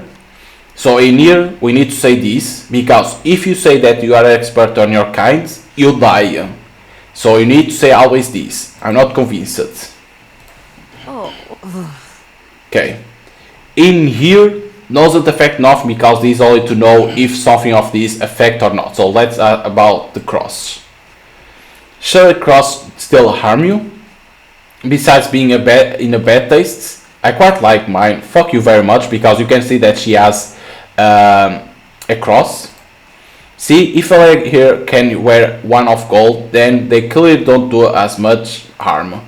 Valerie drives a fingertip over her sternum, a slight smile on her face. I can't help but let my eyes wander down to where her necklace is nestled between her. Whoa. Okay, but what coffin? Nothing changed in here, so part 2.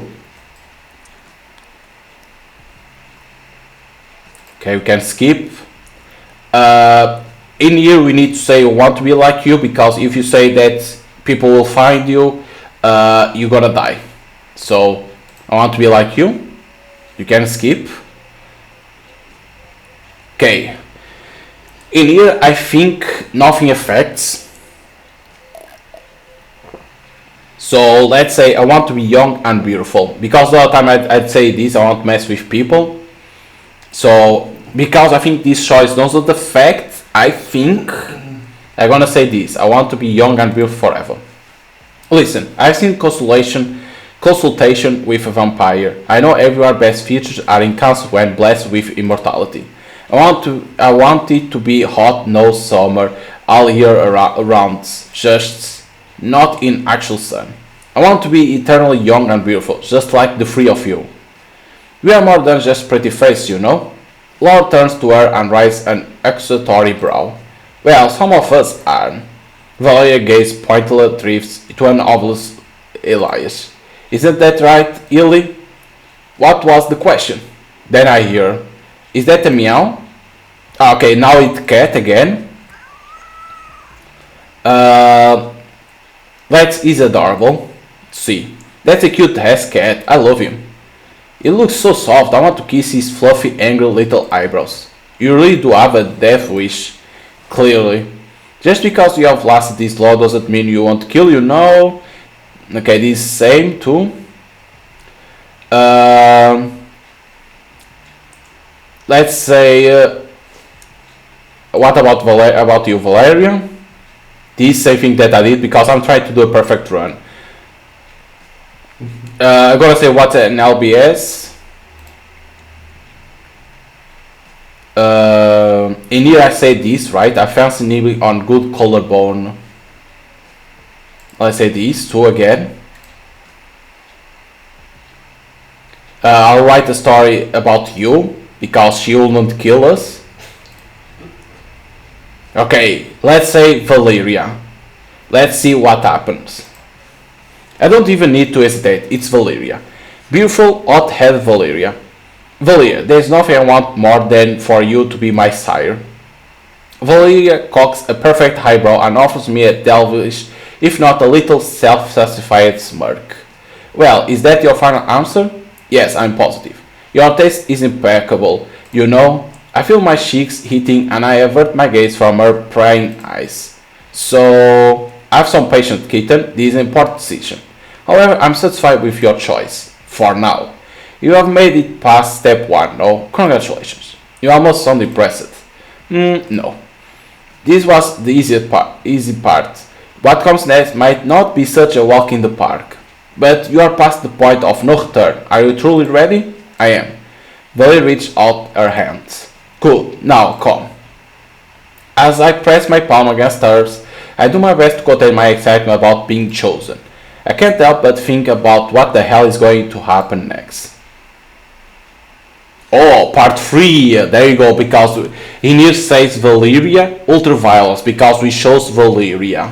Okay, let's see.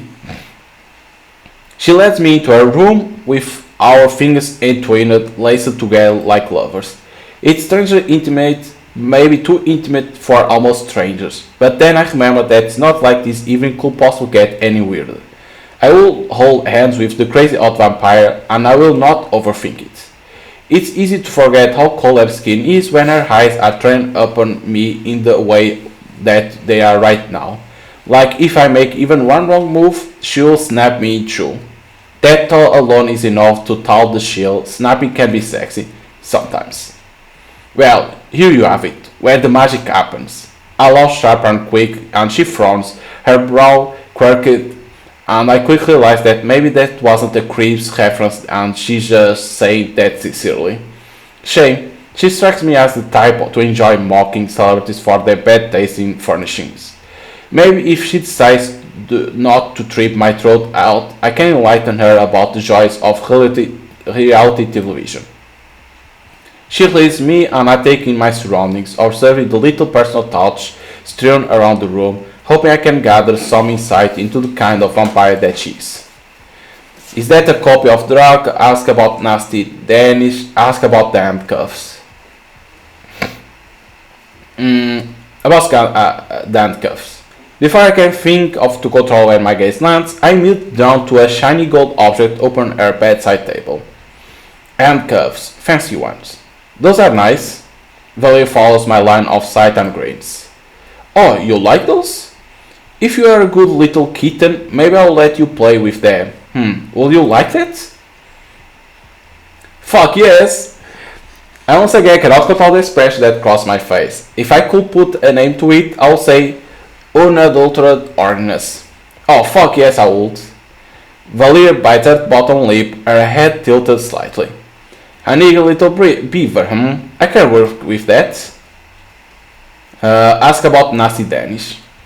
I spot a copy of the delightful portrait of the terrifying, elusive Nasty Danish sitting in pride of place on her dresser. You must really love Danish. That nasty Danish to you, woman, show some respect. And love is such a strong word. He's a bastard and a devil, and he has ruined so many of my beautiful clothes that I lost count. But he's my bastard. I'll love to meet him one day. She narrows her eyes at me like she's trying to decide if I'm worthy. I do not meet Nasty Dennis. Nasty Dennis meets you. Well, that's super ominous. And now, is that a copy of Dracula? Is that a copy of Bram Stoker's Dracula on your nightstand? It is, yes. A wonderful little story. Did you know that I'm in it? What? She prints, staring down at her blunt nails. I think she's trying her hardest to look indifferent, but her smug face is giving her away horrible. Yes, Brammy Bear was such a wonderful house guest, very polite. Brammy Bear stayed with Dracula at his castle to write Dracula? Darling, did you really think that woman just plucked all of that out of thin air? Don't be silly now. Does that mean Frankenstein monster is real, the Wolfman? Van Helsing? Valia makes a noise of pure disgust when I mention Mr. Helsing. We don't say his name in this household. She takes an angry little step forward and prods her pointer finger into my shoulder. Frankie was a terrible conversationalist, and Wolfman was a shitty movie. Also, you are really asking me about those morons when I'm standing right here? I have little at Dracula inside me. Okay, but Van Helsing, apologize and change subject. Okay, next time I'm gonna try to do the same, but then I go for this, the Van Helsing. But for now, I'm gonna change the subject. My self-preservation sense starts tingling quite aggressively.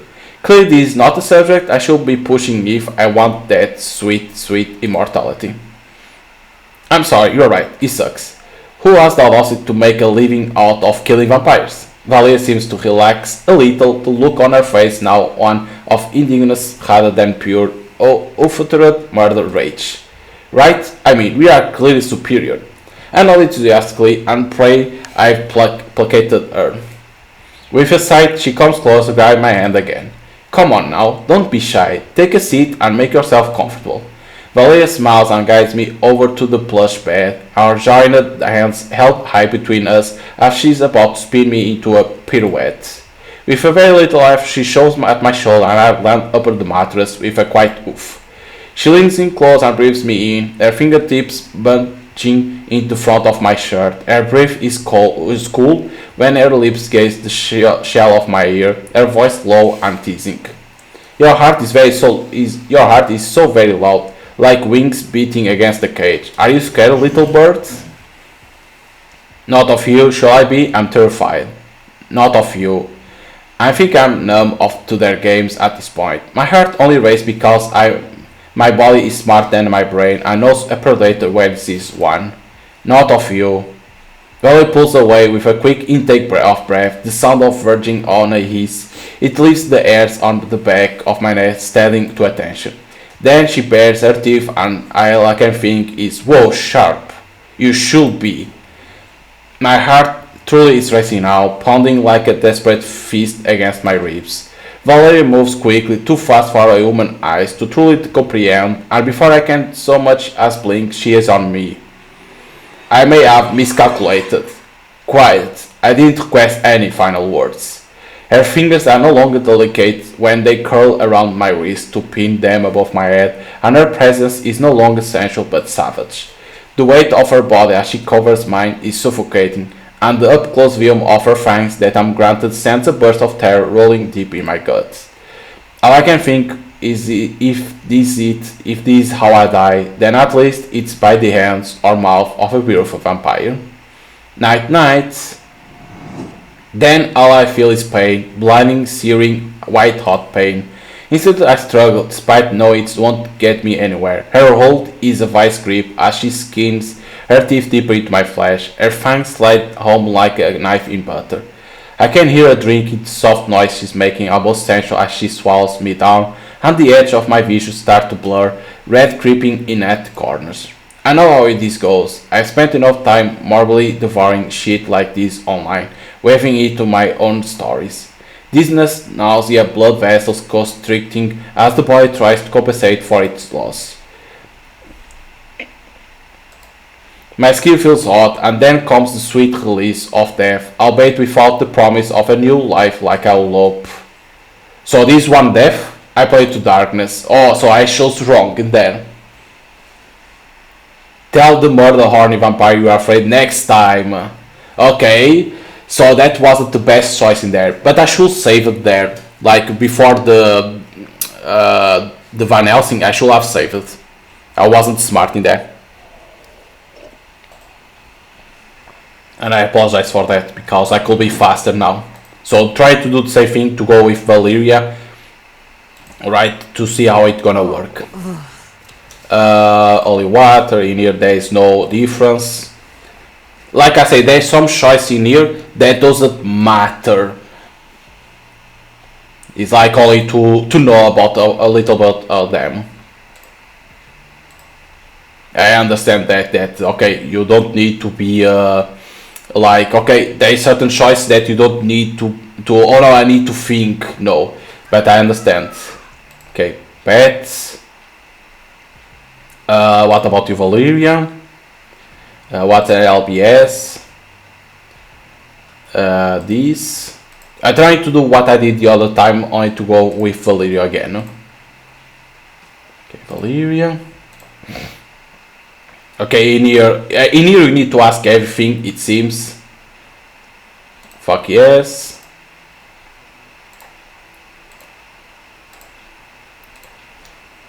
Okay, but the problem, I should say before this, because you saw that you could say no or yes, so I will try again, but then save in here. Okay, my mind is suddenly clouded with nothing but thoughts of Hugh Jackman stuffed into leather pants, and also the possibility of someone as cool as Van Helsing actually existing. I simply cannot let this one go. What other sweet opportunities will I get to talk to a real life vampire who has first-hand knowledge of these legends? I'm definitely probably going to die soon, so que será, será. No offense, I think he's really interesting dude. Can you do me a solid and just tell me if it's real? I offer my best big innocent eyes. This shit is impenetrable. my finishing move. A really interesting dude. My gaze flicks down to her tightly balled fists. I may have fucked it up. Okay, then she attacks again to us. Okay, then she attacks us because we ask about the Van Helsing. Learn to read the room, maybe. That's good because we ask about him, about Van Helsing. Oh my god, that's amazing. She doesn't like that. Now what I gotta do is before we start, because in that part that we need say if your life sucks or not, I want to see what will happen if you say you don't want. So I'm gonna save there like that. I have the choice.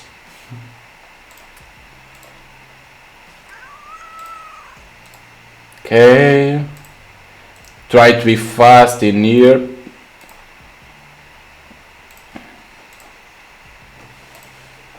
Okay. Okay, save in here, but I'm gonna save in this, not in top of that, of course. I'm not gonna be stupid. So, ask about handcuffs. Then say I'm not interested in sex. I'm actually not interested in that. I just want to get to know you, if that's cool. Her perfect sculpted eyebrows rise and she looks mildly intrigued. I see, that won't be a problem. I do love to talk about myself. Okay. This is the same, there is no choice in here. We already saw the Van Helsing, so we go for this one. Let's say, should I be? I saw and wet my lips, trying to compose myself and at least attempt to form a coherent sentence. Should I be? Valeria shrugs and it's a decisively weakened noise. My skin prickles, hair standing on hand. That depends on just how much you are looking forward to dying tonight. I can't help the laugh that escapes me. The nervous little sound will almost be embarrassing if I had the ability to focus on anything other than Valeria right now. She raises one of those perfect brows at me, her lip curling at the corners as she zeroes in and advances on her prey. That was a darn sweet thing. The mattress dips and she presses a knee upon it, right between my thighs, nudging them apart. The long, cold fingers still rest upon my chest, curled tight in the fabric of my shirt, and she follows me down, her full mouth a mere inch away from my own as she tilts her head in question. Okay, we have a nod. Do whatever you want with me, I want to be like you. Let's say do whatever you want with me. You can do whatever you want with me, I already surrendered.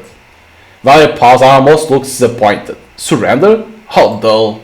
She pulls away slightly, looking a bit disappointed and putting some room between us, but not enough that my rabbit quick heart chills the fuck out. Note to self, refrain from using language that could be construed as desperate to avoid metaphoric vampire burner kill shots. Is there truly no fire left in you? Don't you want to go out with a bang? I can't help smiling, and she almost smiles back. Almost. So you want me to struggle? To beg you? Either would be nice, both maybe. But I'm not Elias. I have no need for theatrics. I already have you in my clutch.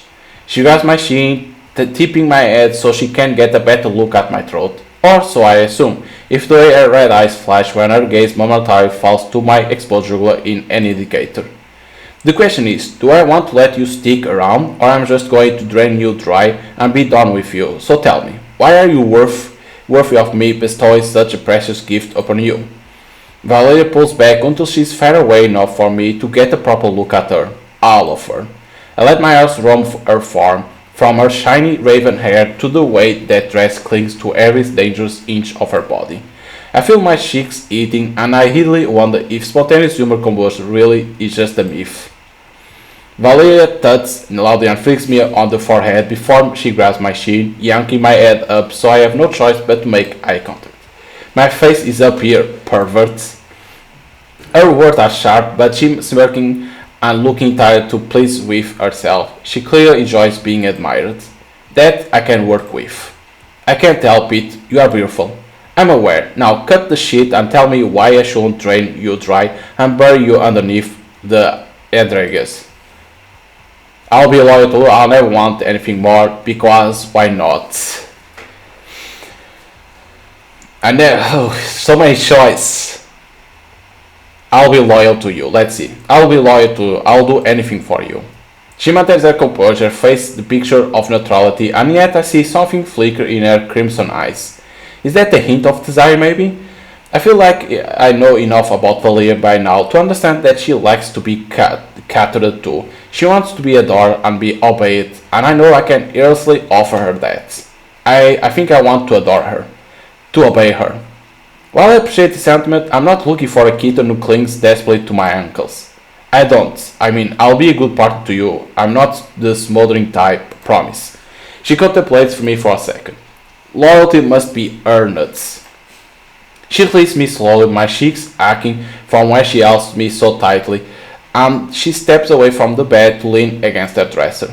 I sit up quickly, gathering what's left of my wits, and at least try to be cool. This new distance between us tells me she's giving me a chance. Maybe an interview of sorts? I'm fucking great at interviews. So, after a little interrogation of us out there, you might want to learn more about me? She stared at her nails, trying to see unaddressed something I'm coming to learn she's actually pretty shit at. It's really endearing. You can ask me whatever you like, I suppose. If I likes to talk, I can go for hours. Tell me about you met Laura and Elias. You seem like interesting group. She scoffs. You mean all of it mismatched and frankly fucking bizarre? I agree, but it works. She takes a deep breath and gets that look again. The one she had in the lounge when she launched into one of her stories. I never did get to hear her finish her Saint-Tropez tale. For years I was living in London 91, just minding my own business, you know, being only mildly nefarious but keeping a low profile. I nod when she looks to me like she's trying to check that I'm following. As you do. I will feed just enough to keep myself sated. I didn't want to overly indulge in city I didn't know. Our kind ruled Romania, but London is different, more controlled. The British are like that. She crinkles her nose in disgust briefly before waving it off. I promptly ignore her very obvious, very British accent. I was still mourning the loss of my life and my station back home, but I made sure that I took enough money for my husband to keep me comfortable for decades. I wasn't about to give up the luxuries I'll become so accustomed to. Then I heard about the murders that had started to plague the city. They were all messy, throats ripped out, limbs and organs missing, certainly not the work of pathetic human. I was enamored immediately upon viewing one of the crime scenes. I knew it wasn't purposeful, that whoever had done it was simply a feral fucking animal, but to me it was art. The pre-Raphaelite brotherhood didn't have shit on me. She smiles, unabashedly fond, in the same way someone might be if they were talking about their significant other buying them a diamond ring. Only a specific kind of moth can make such a beautiful mess. I shift uncomfortably and Valeria notes. She narrows her eyes at me, then smirks, terrifying if not mildly alluring. What the fuck is wrong with me? I found him eventually.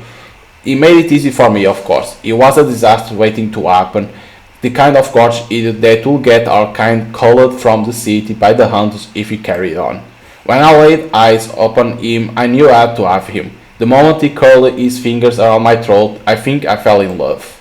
She sighs dreamily, once again looking besotted, like she's quoting a fairy tale rather than whatever the hell kind of horror story this is.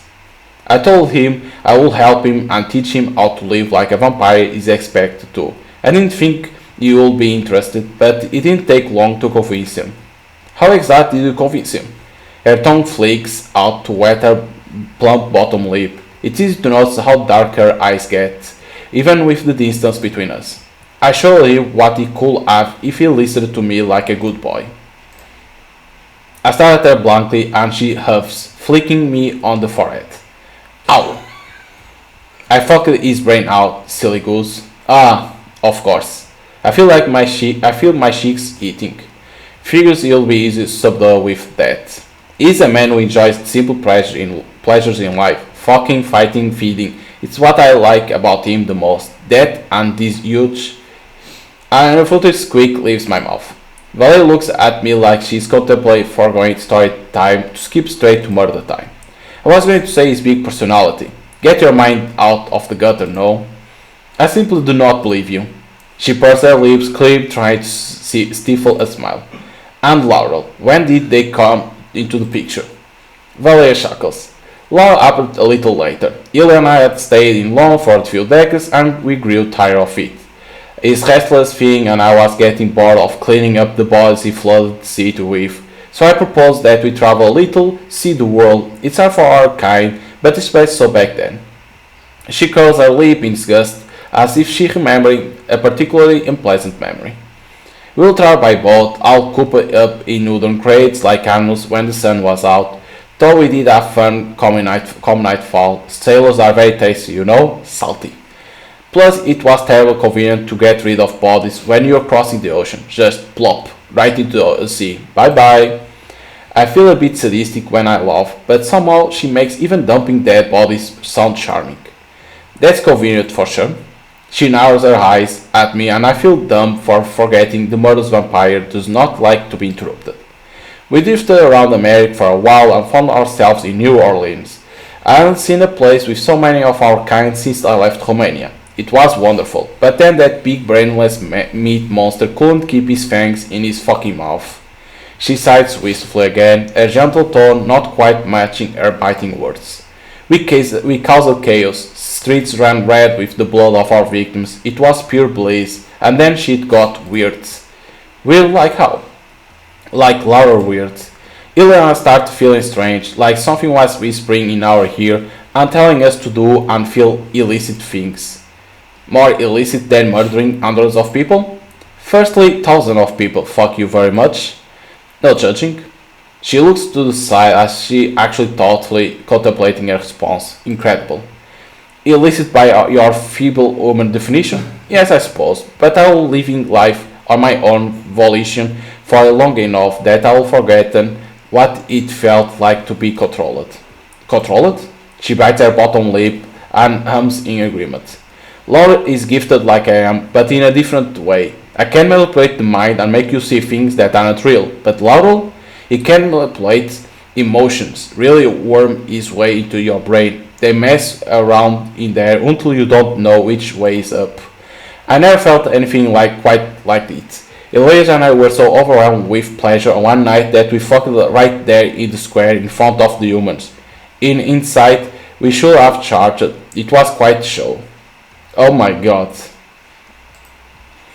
Her laugh is smug and dirty. Unbeknownst to us, Lau was watching and I think it decided that we will be taught our lesson for messing up their pretty little home. No one, mortal or immortal, is immune to me. I swallow loudly, I can't exactly disagree.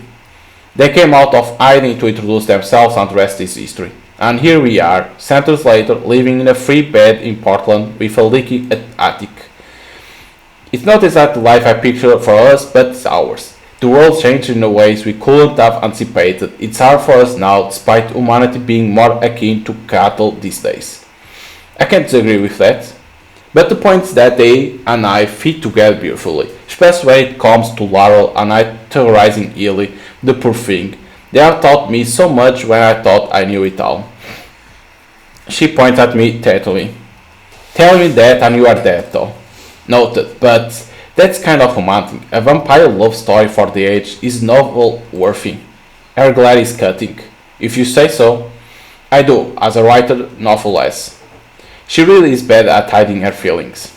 So, did that satisfy you? Any more questions about my sordid escapades?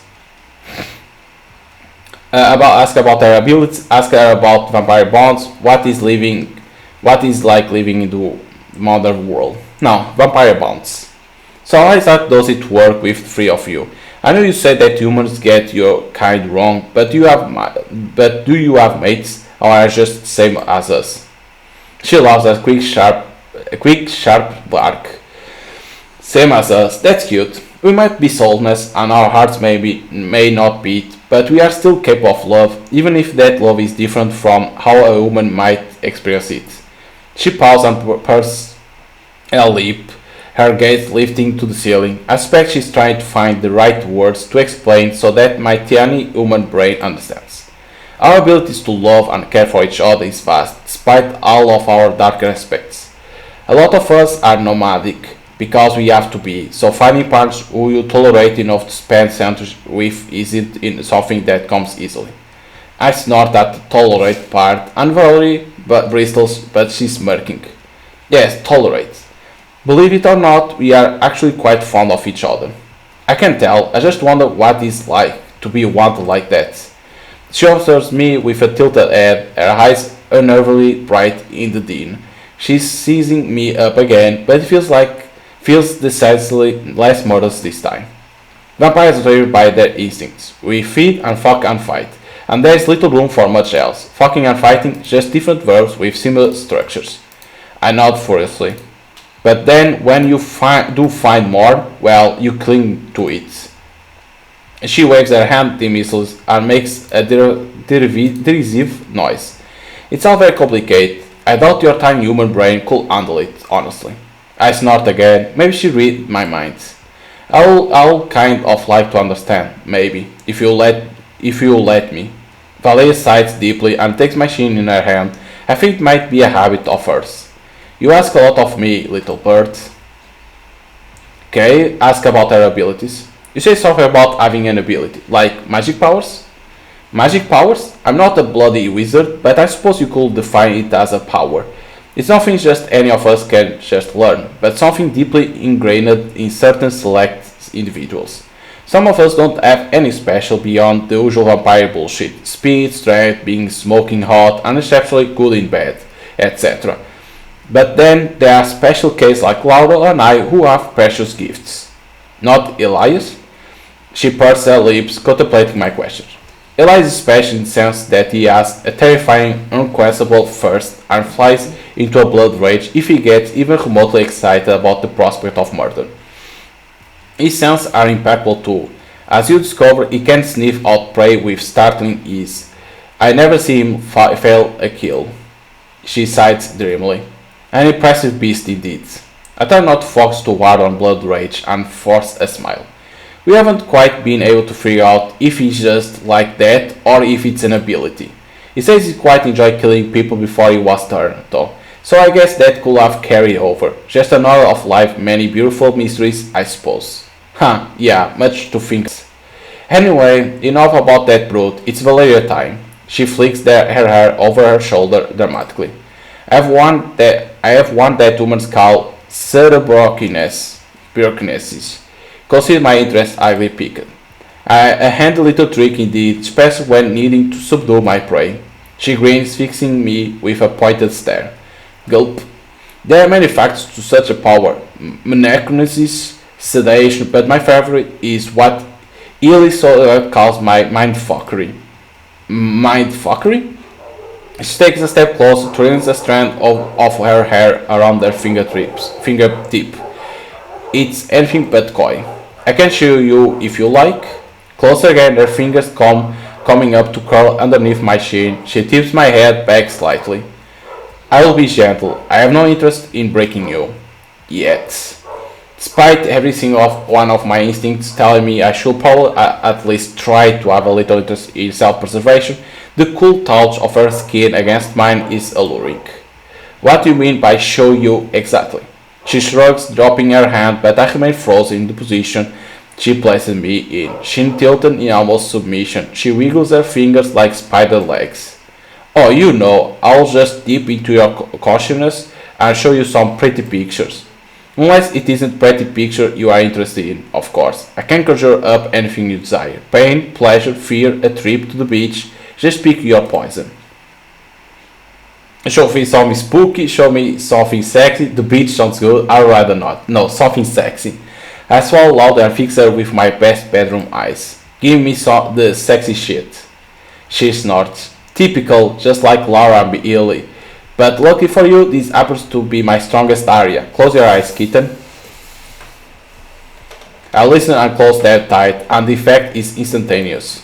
I'm on a bed, the sheets are blood red and impossible soft against my bare skin. I can feel hands upon me, but I can't see them. their thoughts drifting careful over my hips, waist, ribs. They press firmly, kneading at me before turning soft and gentle, fingers tracing the cut of my clavicles, then up over my throat. I can't tell how many of them there are, but I feel overwhelmed, the best kind of overwhelmed. Like my brain is about to explode and a galaxy is going to burst to life behind my eyelids, overwhelmed. There is a quiet whisper in my ear, a voice that feels familiar but that I can't quite place. Maybe it's Valeria or Laura or Elias. Either way, the voice says things that cause it to bloom across my cheeks and the tip of my ears, everything burning hot, hot, hot. Just as I'm about to break, as I'm dangling off the precipice, I yanked back to my harsh reality. Well, it isn't all that bad. Valeria is here after all. Valeria is looking at me like she wants to hit me all. You are so receptive, kitten. That's good to know. My skin still feels hot and sticky, my palms clammy. That was fun, a lot of fun. You are very talented. I know. And now we need to ask about modern world. I think about their leaky attic comment and all of the weird, wonderful, and frankly fucking terrifying adventures that she's been on and can't help but wonder. How the hell did you end up here in Portland? She looks a little taken aback at first, but her expression quickly softens into something akin to understanding. Well, like I said, things didn't exactly work out the way I planned. The way any of us plan, I suppose.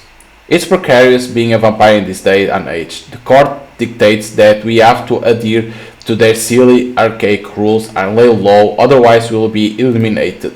She punctuates the end of her sentence with some pretty sarcastic air quotes. Wait. The court? As in a vampire court? Valeria doesn't exactly seem pleased with my interest in this particular subject. Clearly it's a sore one. Yes, a vampire court. Don't get too horny over the idea. It's far less glamorous than it sounds. They are bane of our fucking existence, I'll have you know. Bureaucracy is soul crushing regardless of if you actually have a soul.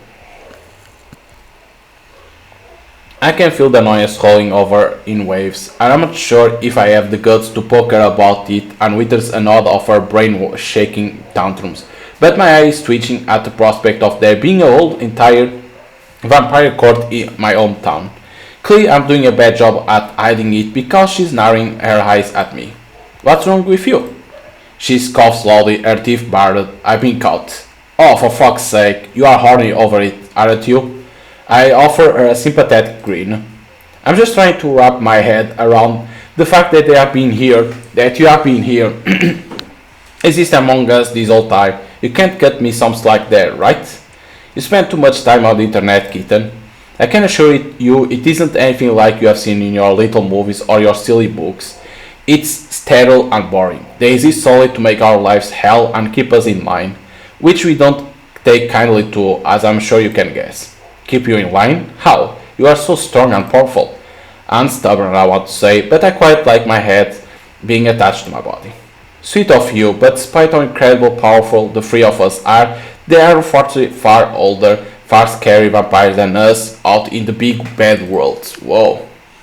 I'm sure you know better than anyone that you can't get away with much without it ending on Twitter these days. It's too... I say what I said. Can you imagine one of us getting caught feeding, killing? That shit will go viral fast. I can't exactly disagree. The world is garbage and full of garbage people, no. Even creatures like us have evil overlords who want to control us. She paused for a moment and then she grins. It's a bit unnerving, if not slightly arousing. In thought the core is not much for our laurel. I'm pretty sure they have been plotting their downfall for decades. From the little interaction I have with Laurel, I think to myself that they will probably succeed. You know, talking to you is quite literally the most exciting thing that's ever happened to me. I should think so too. I'm wonderful. I offer a laugh, nodding in agreement, and then a weird stagnant silence falls between us. I feel like I need to broach the subject of her maybe possibly doing me a solid and turning me in, but I'm easy to break this weird stage comfort rapport we seem to have going on here, where she doesn't really look like she wants to kill me anymore. Valeria is staring at me, her brain clearly working hard to try and figure me out, and I hate how much of an open book I probably am. Seeing someone is not a thing or Kai takes lightly. And my traitor's human heart and brain is no match for her. She continues stepping closer. It's a commitment that no mortal could ever fathom. Something more permanent and intimate than any fatal bonds made during a human's lifetime. You are tethered for the rest of your mortal life, for eternity, unless one of you turns to ash. Maybe even then. Despite the distance between my sire and I'm still all too aware of his existence. Sounds like it was a bad parting of ways. I watch her expression shift, a subtle change that looks almost human, her sharp, orderly beauty softening her for the briefest of moments before she's back to being cool and perfectly collected. There's something almost soft and vulnerable about her. Under all that bravado and snapping teeth, it's nice. I was turned against my will, as most of us often are, and a person like me doesn't do well with being betrayed. I was rich and beautiful and free, and I fell in love with a man that I believe will join me in that freedom. I believed that we were a perfect match.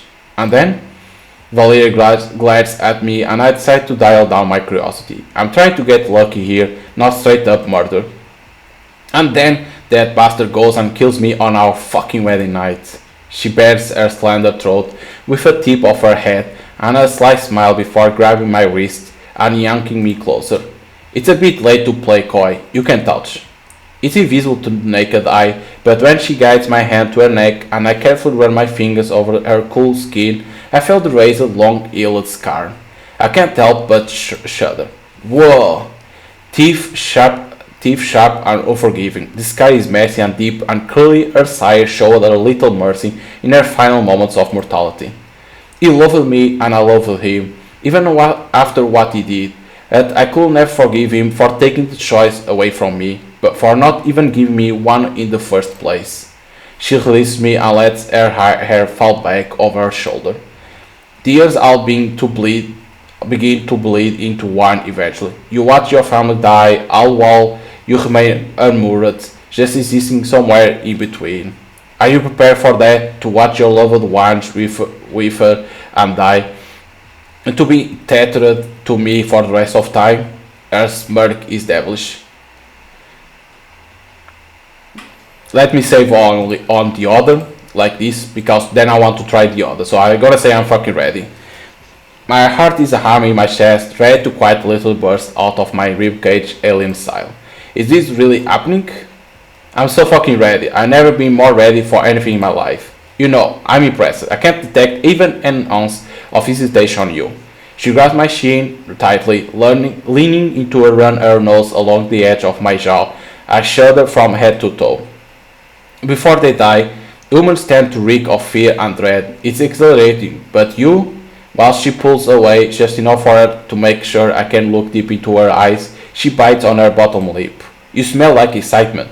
It's a most delicate, intoxicating ambrosia. I can't wait to taste you. My breath itch, and I nod slowly but with a great enthusiasm, trying to telegraph that I'm incredibly fucking stoked right now without having to use my brain to form a coherent sentence. My heart does something weird in my chest again, an inverted beat, all of my blood rushing the wrong way as I try to focus on the sight of Valeria moving towards me with greater intent and that angry look in her eyes. She laughs, tutting quietly. Don't be afraid, little bird, I'll take good care of you.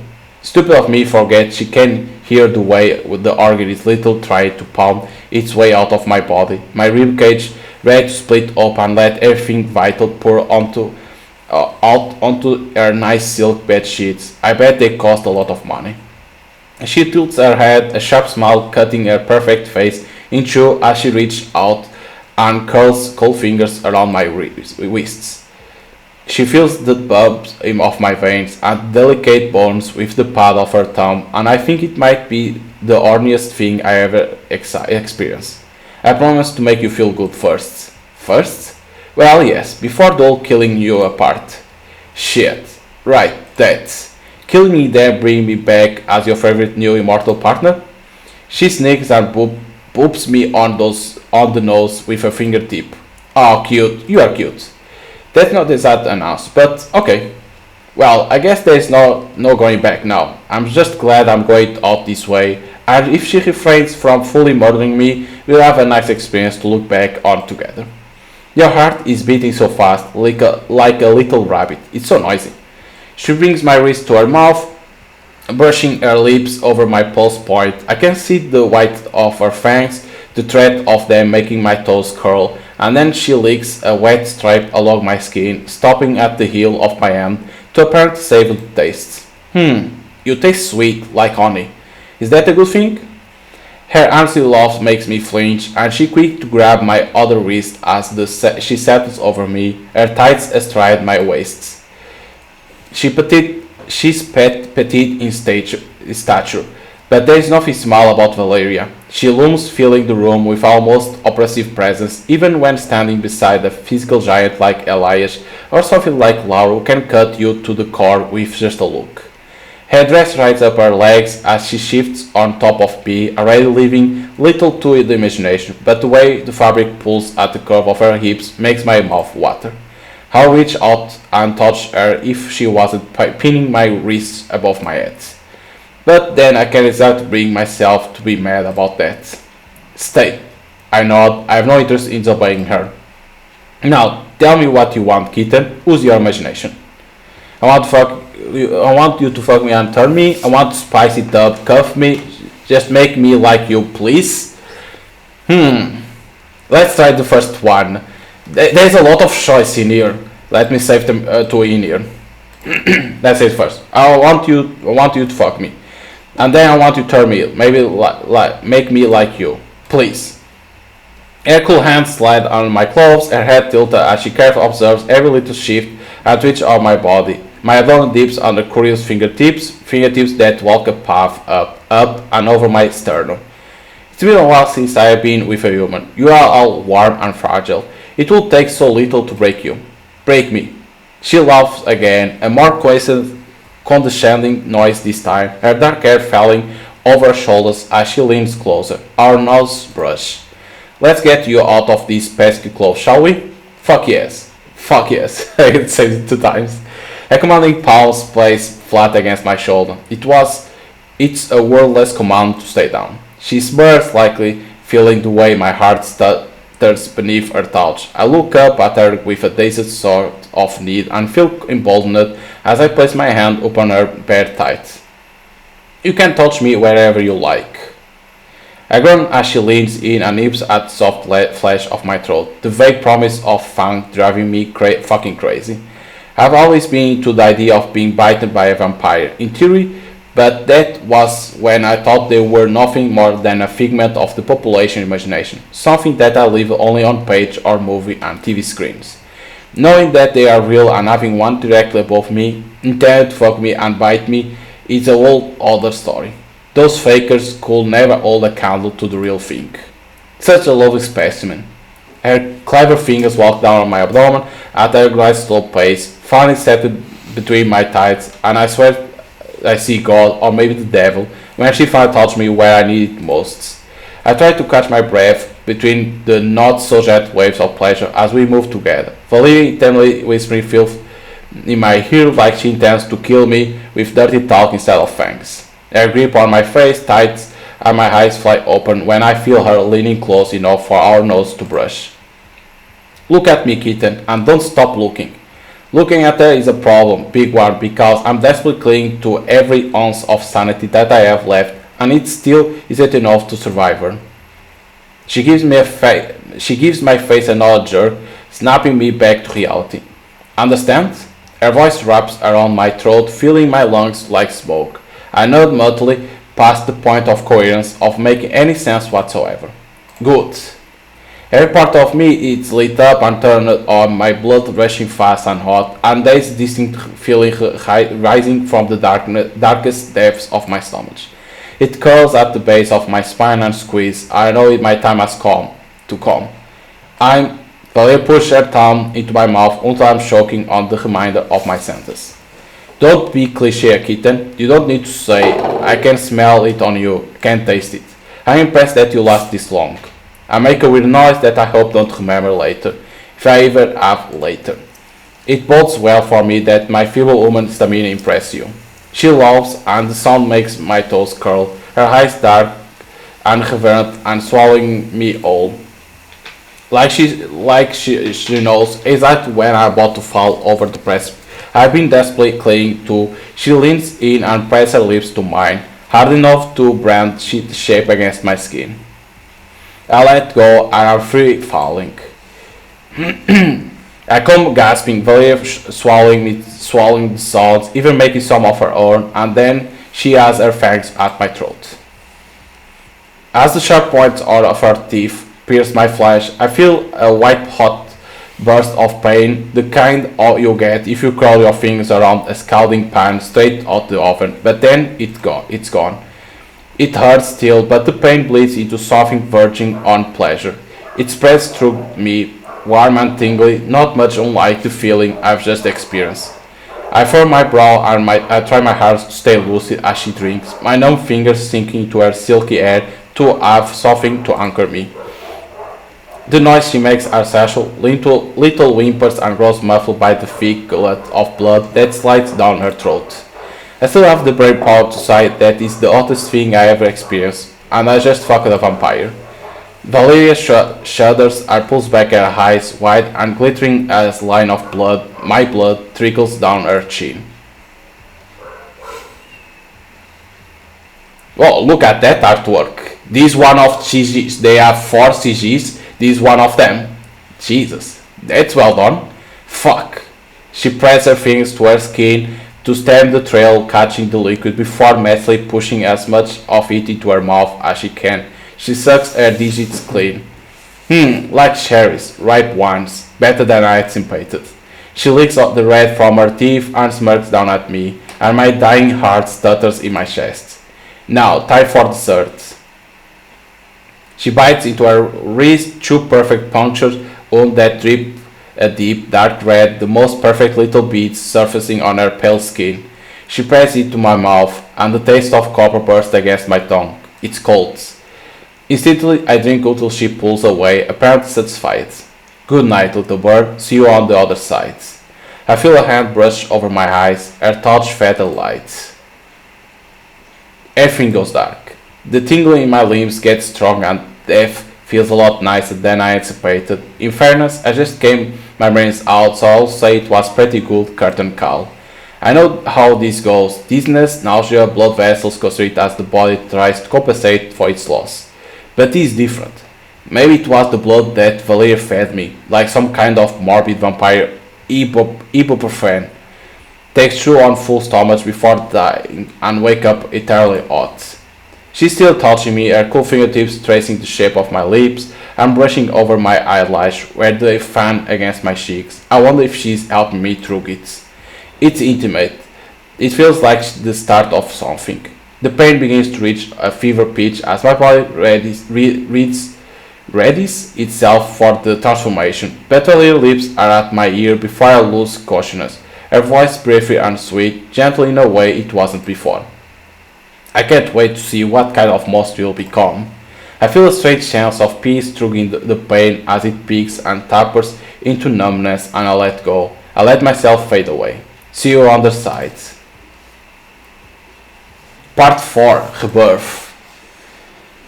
It's same feeling, the prelude to waking up. It's 5 minutes before your alarm goes off, when you know you are about to enter the waking world, but the desperation to stay asleep claws at you. My fingers begin to twitch, and I blink as if I'm stuck, anchored to the land of dreaming. Hazy memories drift to the forefront of my mind. Then perfect clarity, everything, I remember it all. From entering the house to meeting the vampires to the interview to Valeria's bedroom, and finally to the turning. I'm still in Valeria's bed, my eyes still closed, my sense slowly returning. I can smell her all around me, floral and sweet and sharp, as well as my nose feeling superpowered. My ears are fine-tuned to, well, everything.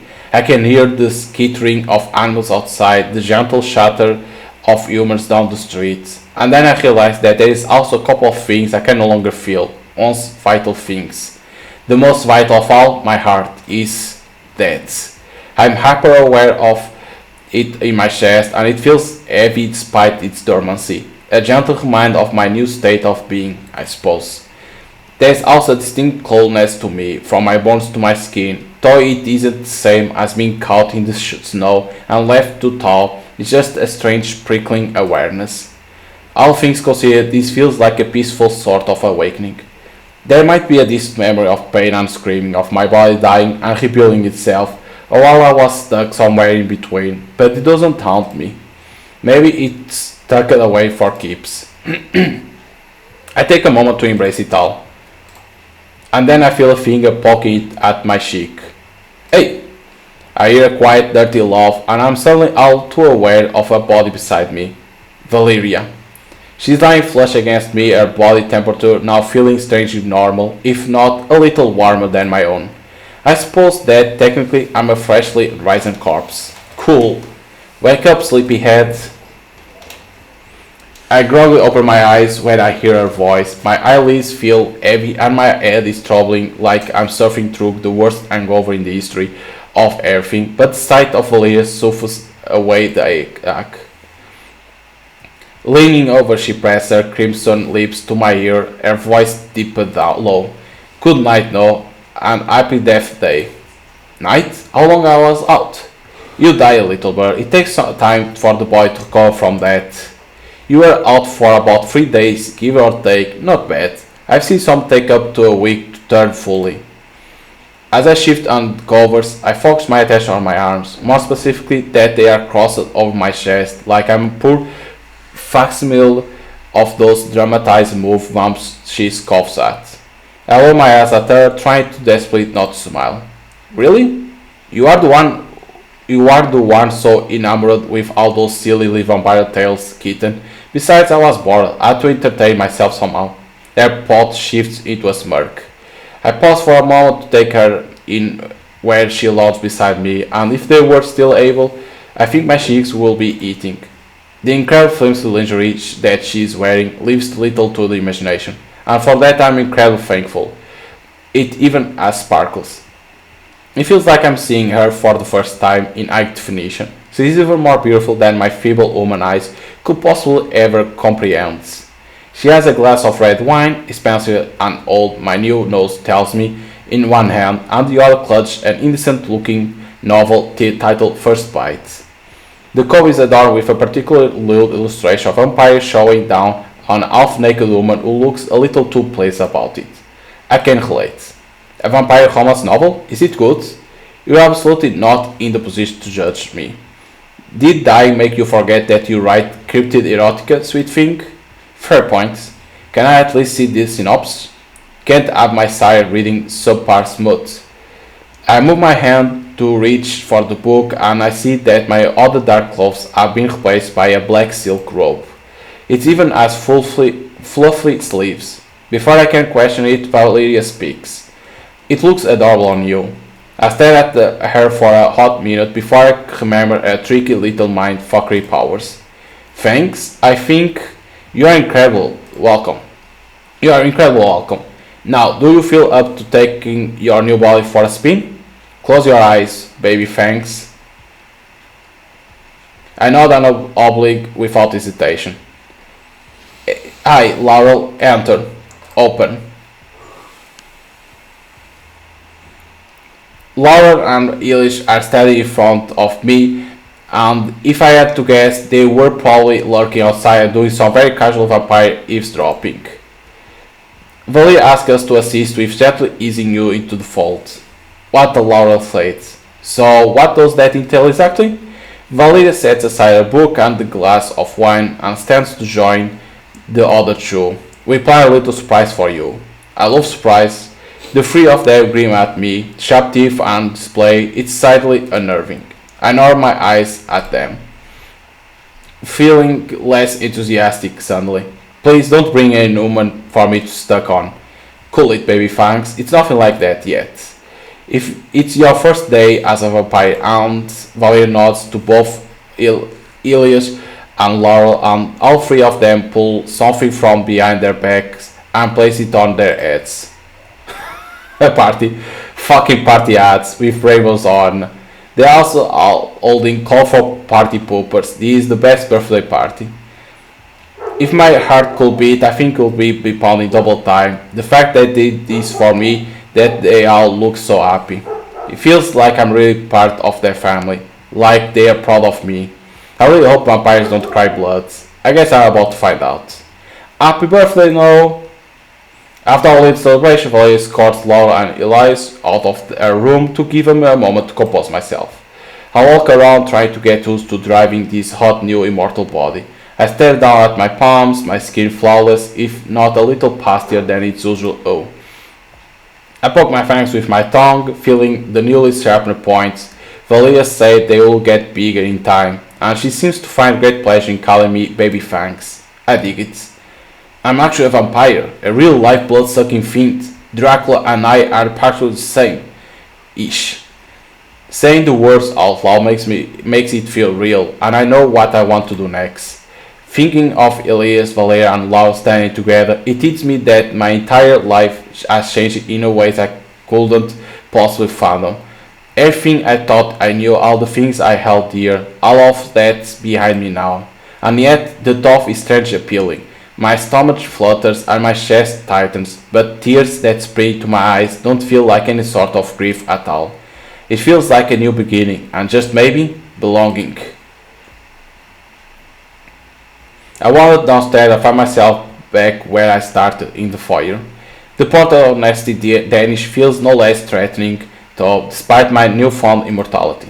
I chuckled to myself, just 3 days ago, I was a regular woman who stumbled my way into their lives. So much has changed, but I'm still the same me. I'm still no. Well, that's not completely true. I'm the technicolor version of myself, remastered, now on Blu-ray. Laura graciously hands me a glass filled with blood. I don't ask where it came from, and I don't care. I sounded all too aware of the way my throat burns. My body itched to taste my first drop. I greedily snatched the wine glass from their hands and downed it one go, like a frat boy at a kegger. I catch the messy dribble of blood that runs down my chin with the back of my hand. I lick it clean, careful not to waste a drop. Fuck, that's good. I look at them all staring at me, wide grins wider. I realize I probably looked like an outlaw landman, unable to control myself. Shit, I'm sorry. Think nothing of it. Your first drink should have that kind of emotion behind it. The edge never dulls. It's glorious. You'll get used to it. Control comes with practice, kitten. Valeria carefully pours me a second drink from a blood bag. Oh, negative. Drink up. I survey this round. I take small sips, letting it linger on my tongue, and really enjoying the taste for the first time. Copper sweet, like a mouthful of pancakes with a spoonful of sugar on top. I wonder if every human tastes the same. A woozy kind of drunkenness overtakes me, a semi-replacement for the warmth I now lack. I think I need to sit down. Come. Elias guides me over to the sofa and we both take a seat before Valeria and Laura follow suit. We all cozy up together in the too small space. Finally, an excuse to get a new sofa. I fucking hate this thing. Bloody tips and sated, I can't help but smile as I sink back into the plush cushions. How do you feel? It's a lot to take in. I'm sure it will take some time to get used to the old being dead thing. But I feel good, really good. Luckily you have got eternity to figure it out. Unless you find yourself in the hands of a vampire hunter. I'll tear anyone who tries to harm you apart with my bare hands. Fuck those Van Helsing types, am I right? Valeria raises an accusatory brow at me, but she quick to shake her head and smirk when I wink at her. Can't believe they're really vampire hunters though. Next you'll tell me that Moth Mine is real. Laura stares at me blankly. He is. He has a great arse. But regardless, I won't worry your pretty little head about hunters, no. It's been what, 15 years since we last encountered one?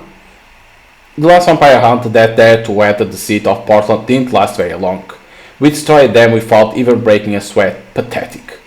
We celebrate our resounding victory with sprinkled dons. Elias huffs, clearly offended that Laura took the glamour out of his story. Yeah, covering the blood and guts of our brutally slain enemies. 3 donuts are the only real way to celebrate anyway. Elias ups and folds huge arms across his chest, and an impressive pout on his lips. I need to hear this story, its intricate detail. Some other time. We promise to teach you everything you need to know. I just want to know how contribute to protect our coven if it's the fun, you know? We are a coven, right? What's the proper terminology here? Brood, clutch, pack, clan, coven, all are interchangeable. What should I call us? You are our kin. Kin. I let the name settle on my tongue. Oh, I like it. Good, cause you are here to stay, you have to like it. The room falls into silence, and it's the comfortable kind. I look around, taking everything in. Powerful Elias, interesting Laurel, breathtaking Valeria. I smile to myself. This is my new home, my new life, my new world. Finally, I belong. Finn, congratulations, baby, thanks. Very good. Oh, what the hell? An error occurred.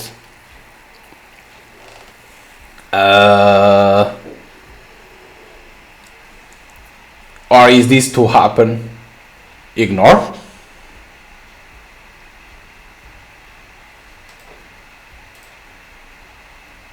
I don't know if that's to happen or not. I don't know. Because it's an error that appeared there. So I don't know if that should happen or not. So quite interesting to see that error. Maybe it's not happened, but the dev needs to fix that. Maybe. But overall, it's a good game. Overall, it's a good game because there is a lot of conversation. Yes. There isn't like I said, they only has 4 CGs that I think 3 is for each one that you select. If you select Valeria, you saw that one. If you select Elias, you're gonna see for him, and then if you select Laurel, you're gonna see for it. And then the 4th, maybe there's a way to be with all the 4th like in the beds. Maybe, I don't know. But they say there is 4 CGs. But then, of course, I saw the story of Valeria, she explained her backstory that she was on London, right?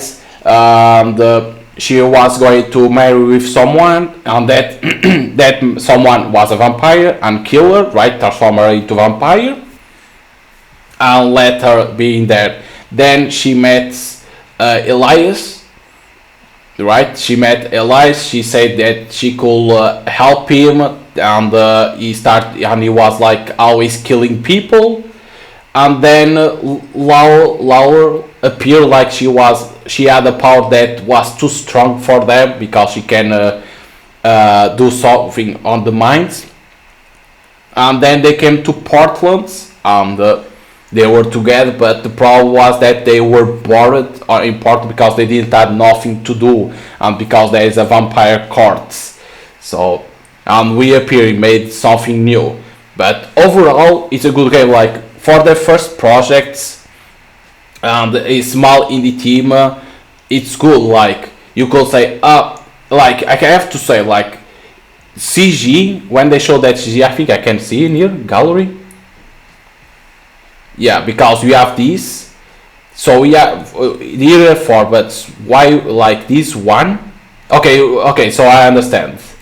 So the first one you unlock is immediately this, that when you see them, this is the first one. So then the other 3 is for each one: Elia, Valerie, and Laurel that you see. Okay, but I have to say, the artwork, these CGs are very, very good. Look at that, a very good design.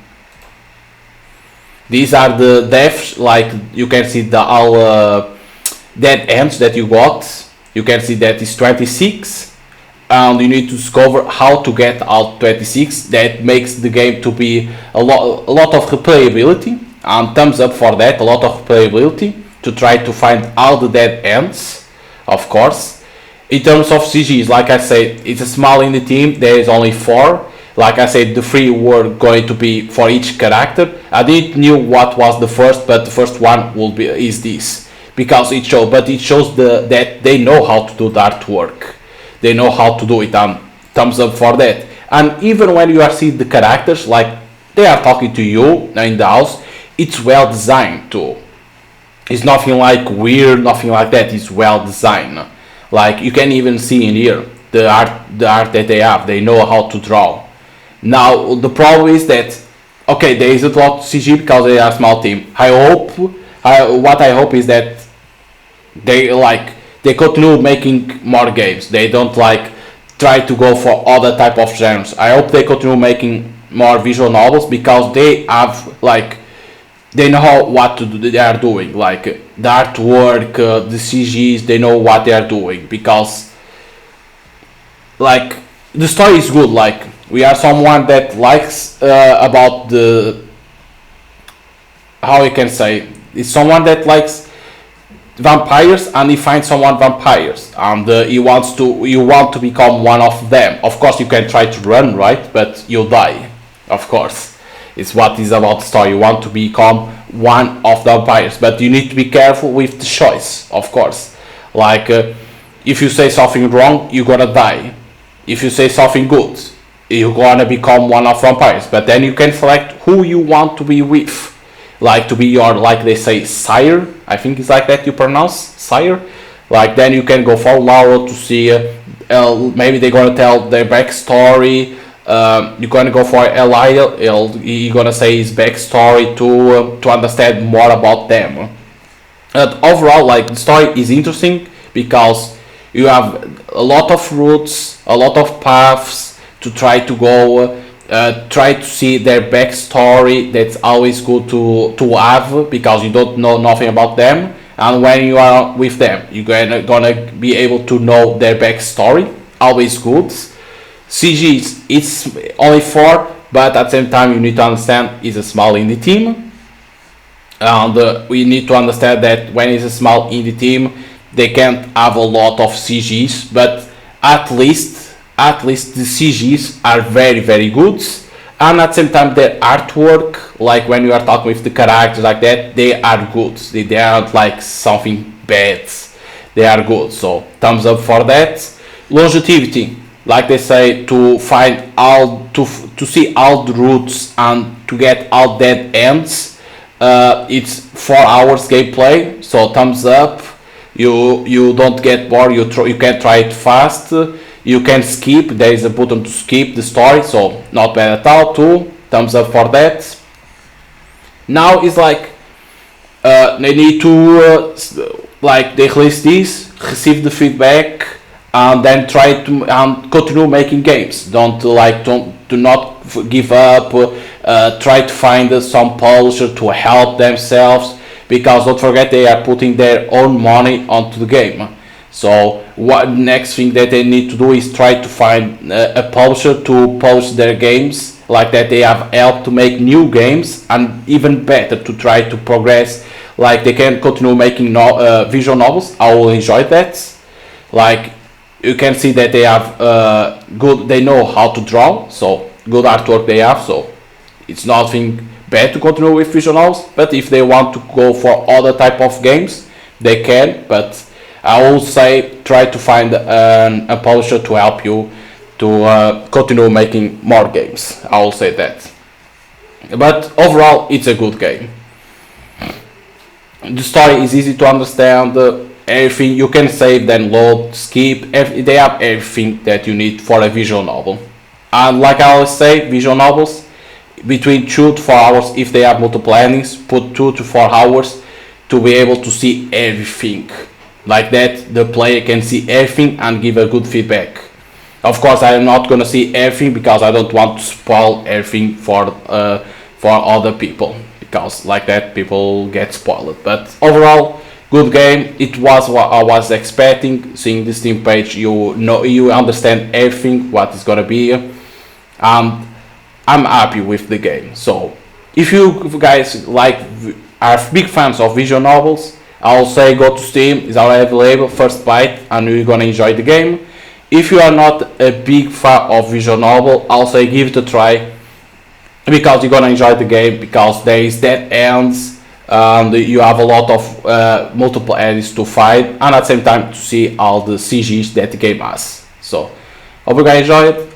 If you want to try out First Bite, you can already buy it on Steam, very cheap. I think it's €9. I don't know how much in dollars it is, but €9, so very cheap for what the game offers. So hope you guys enjoy, and see you guys next time. Bye.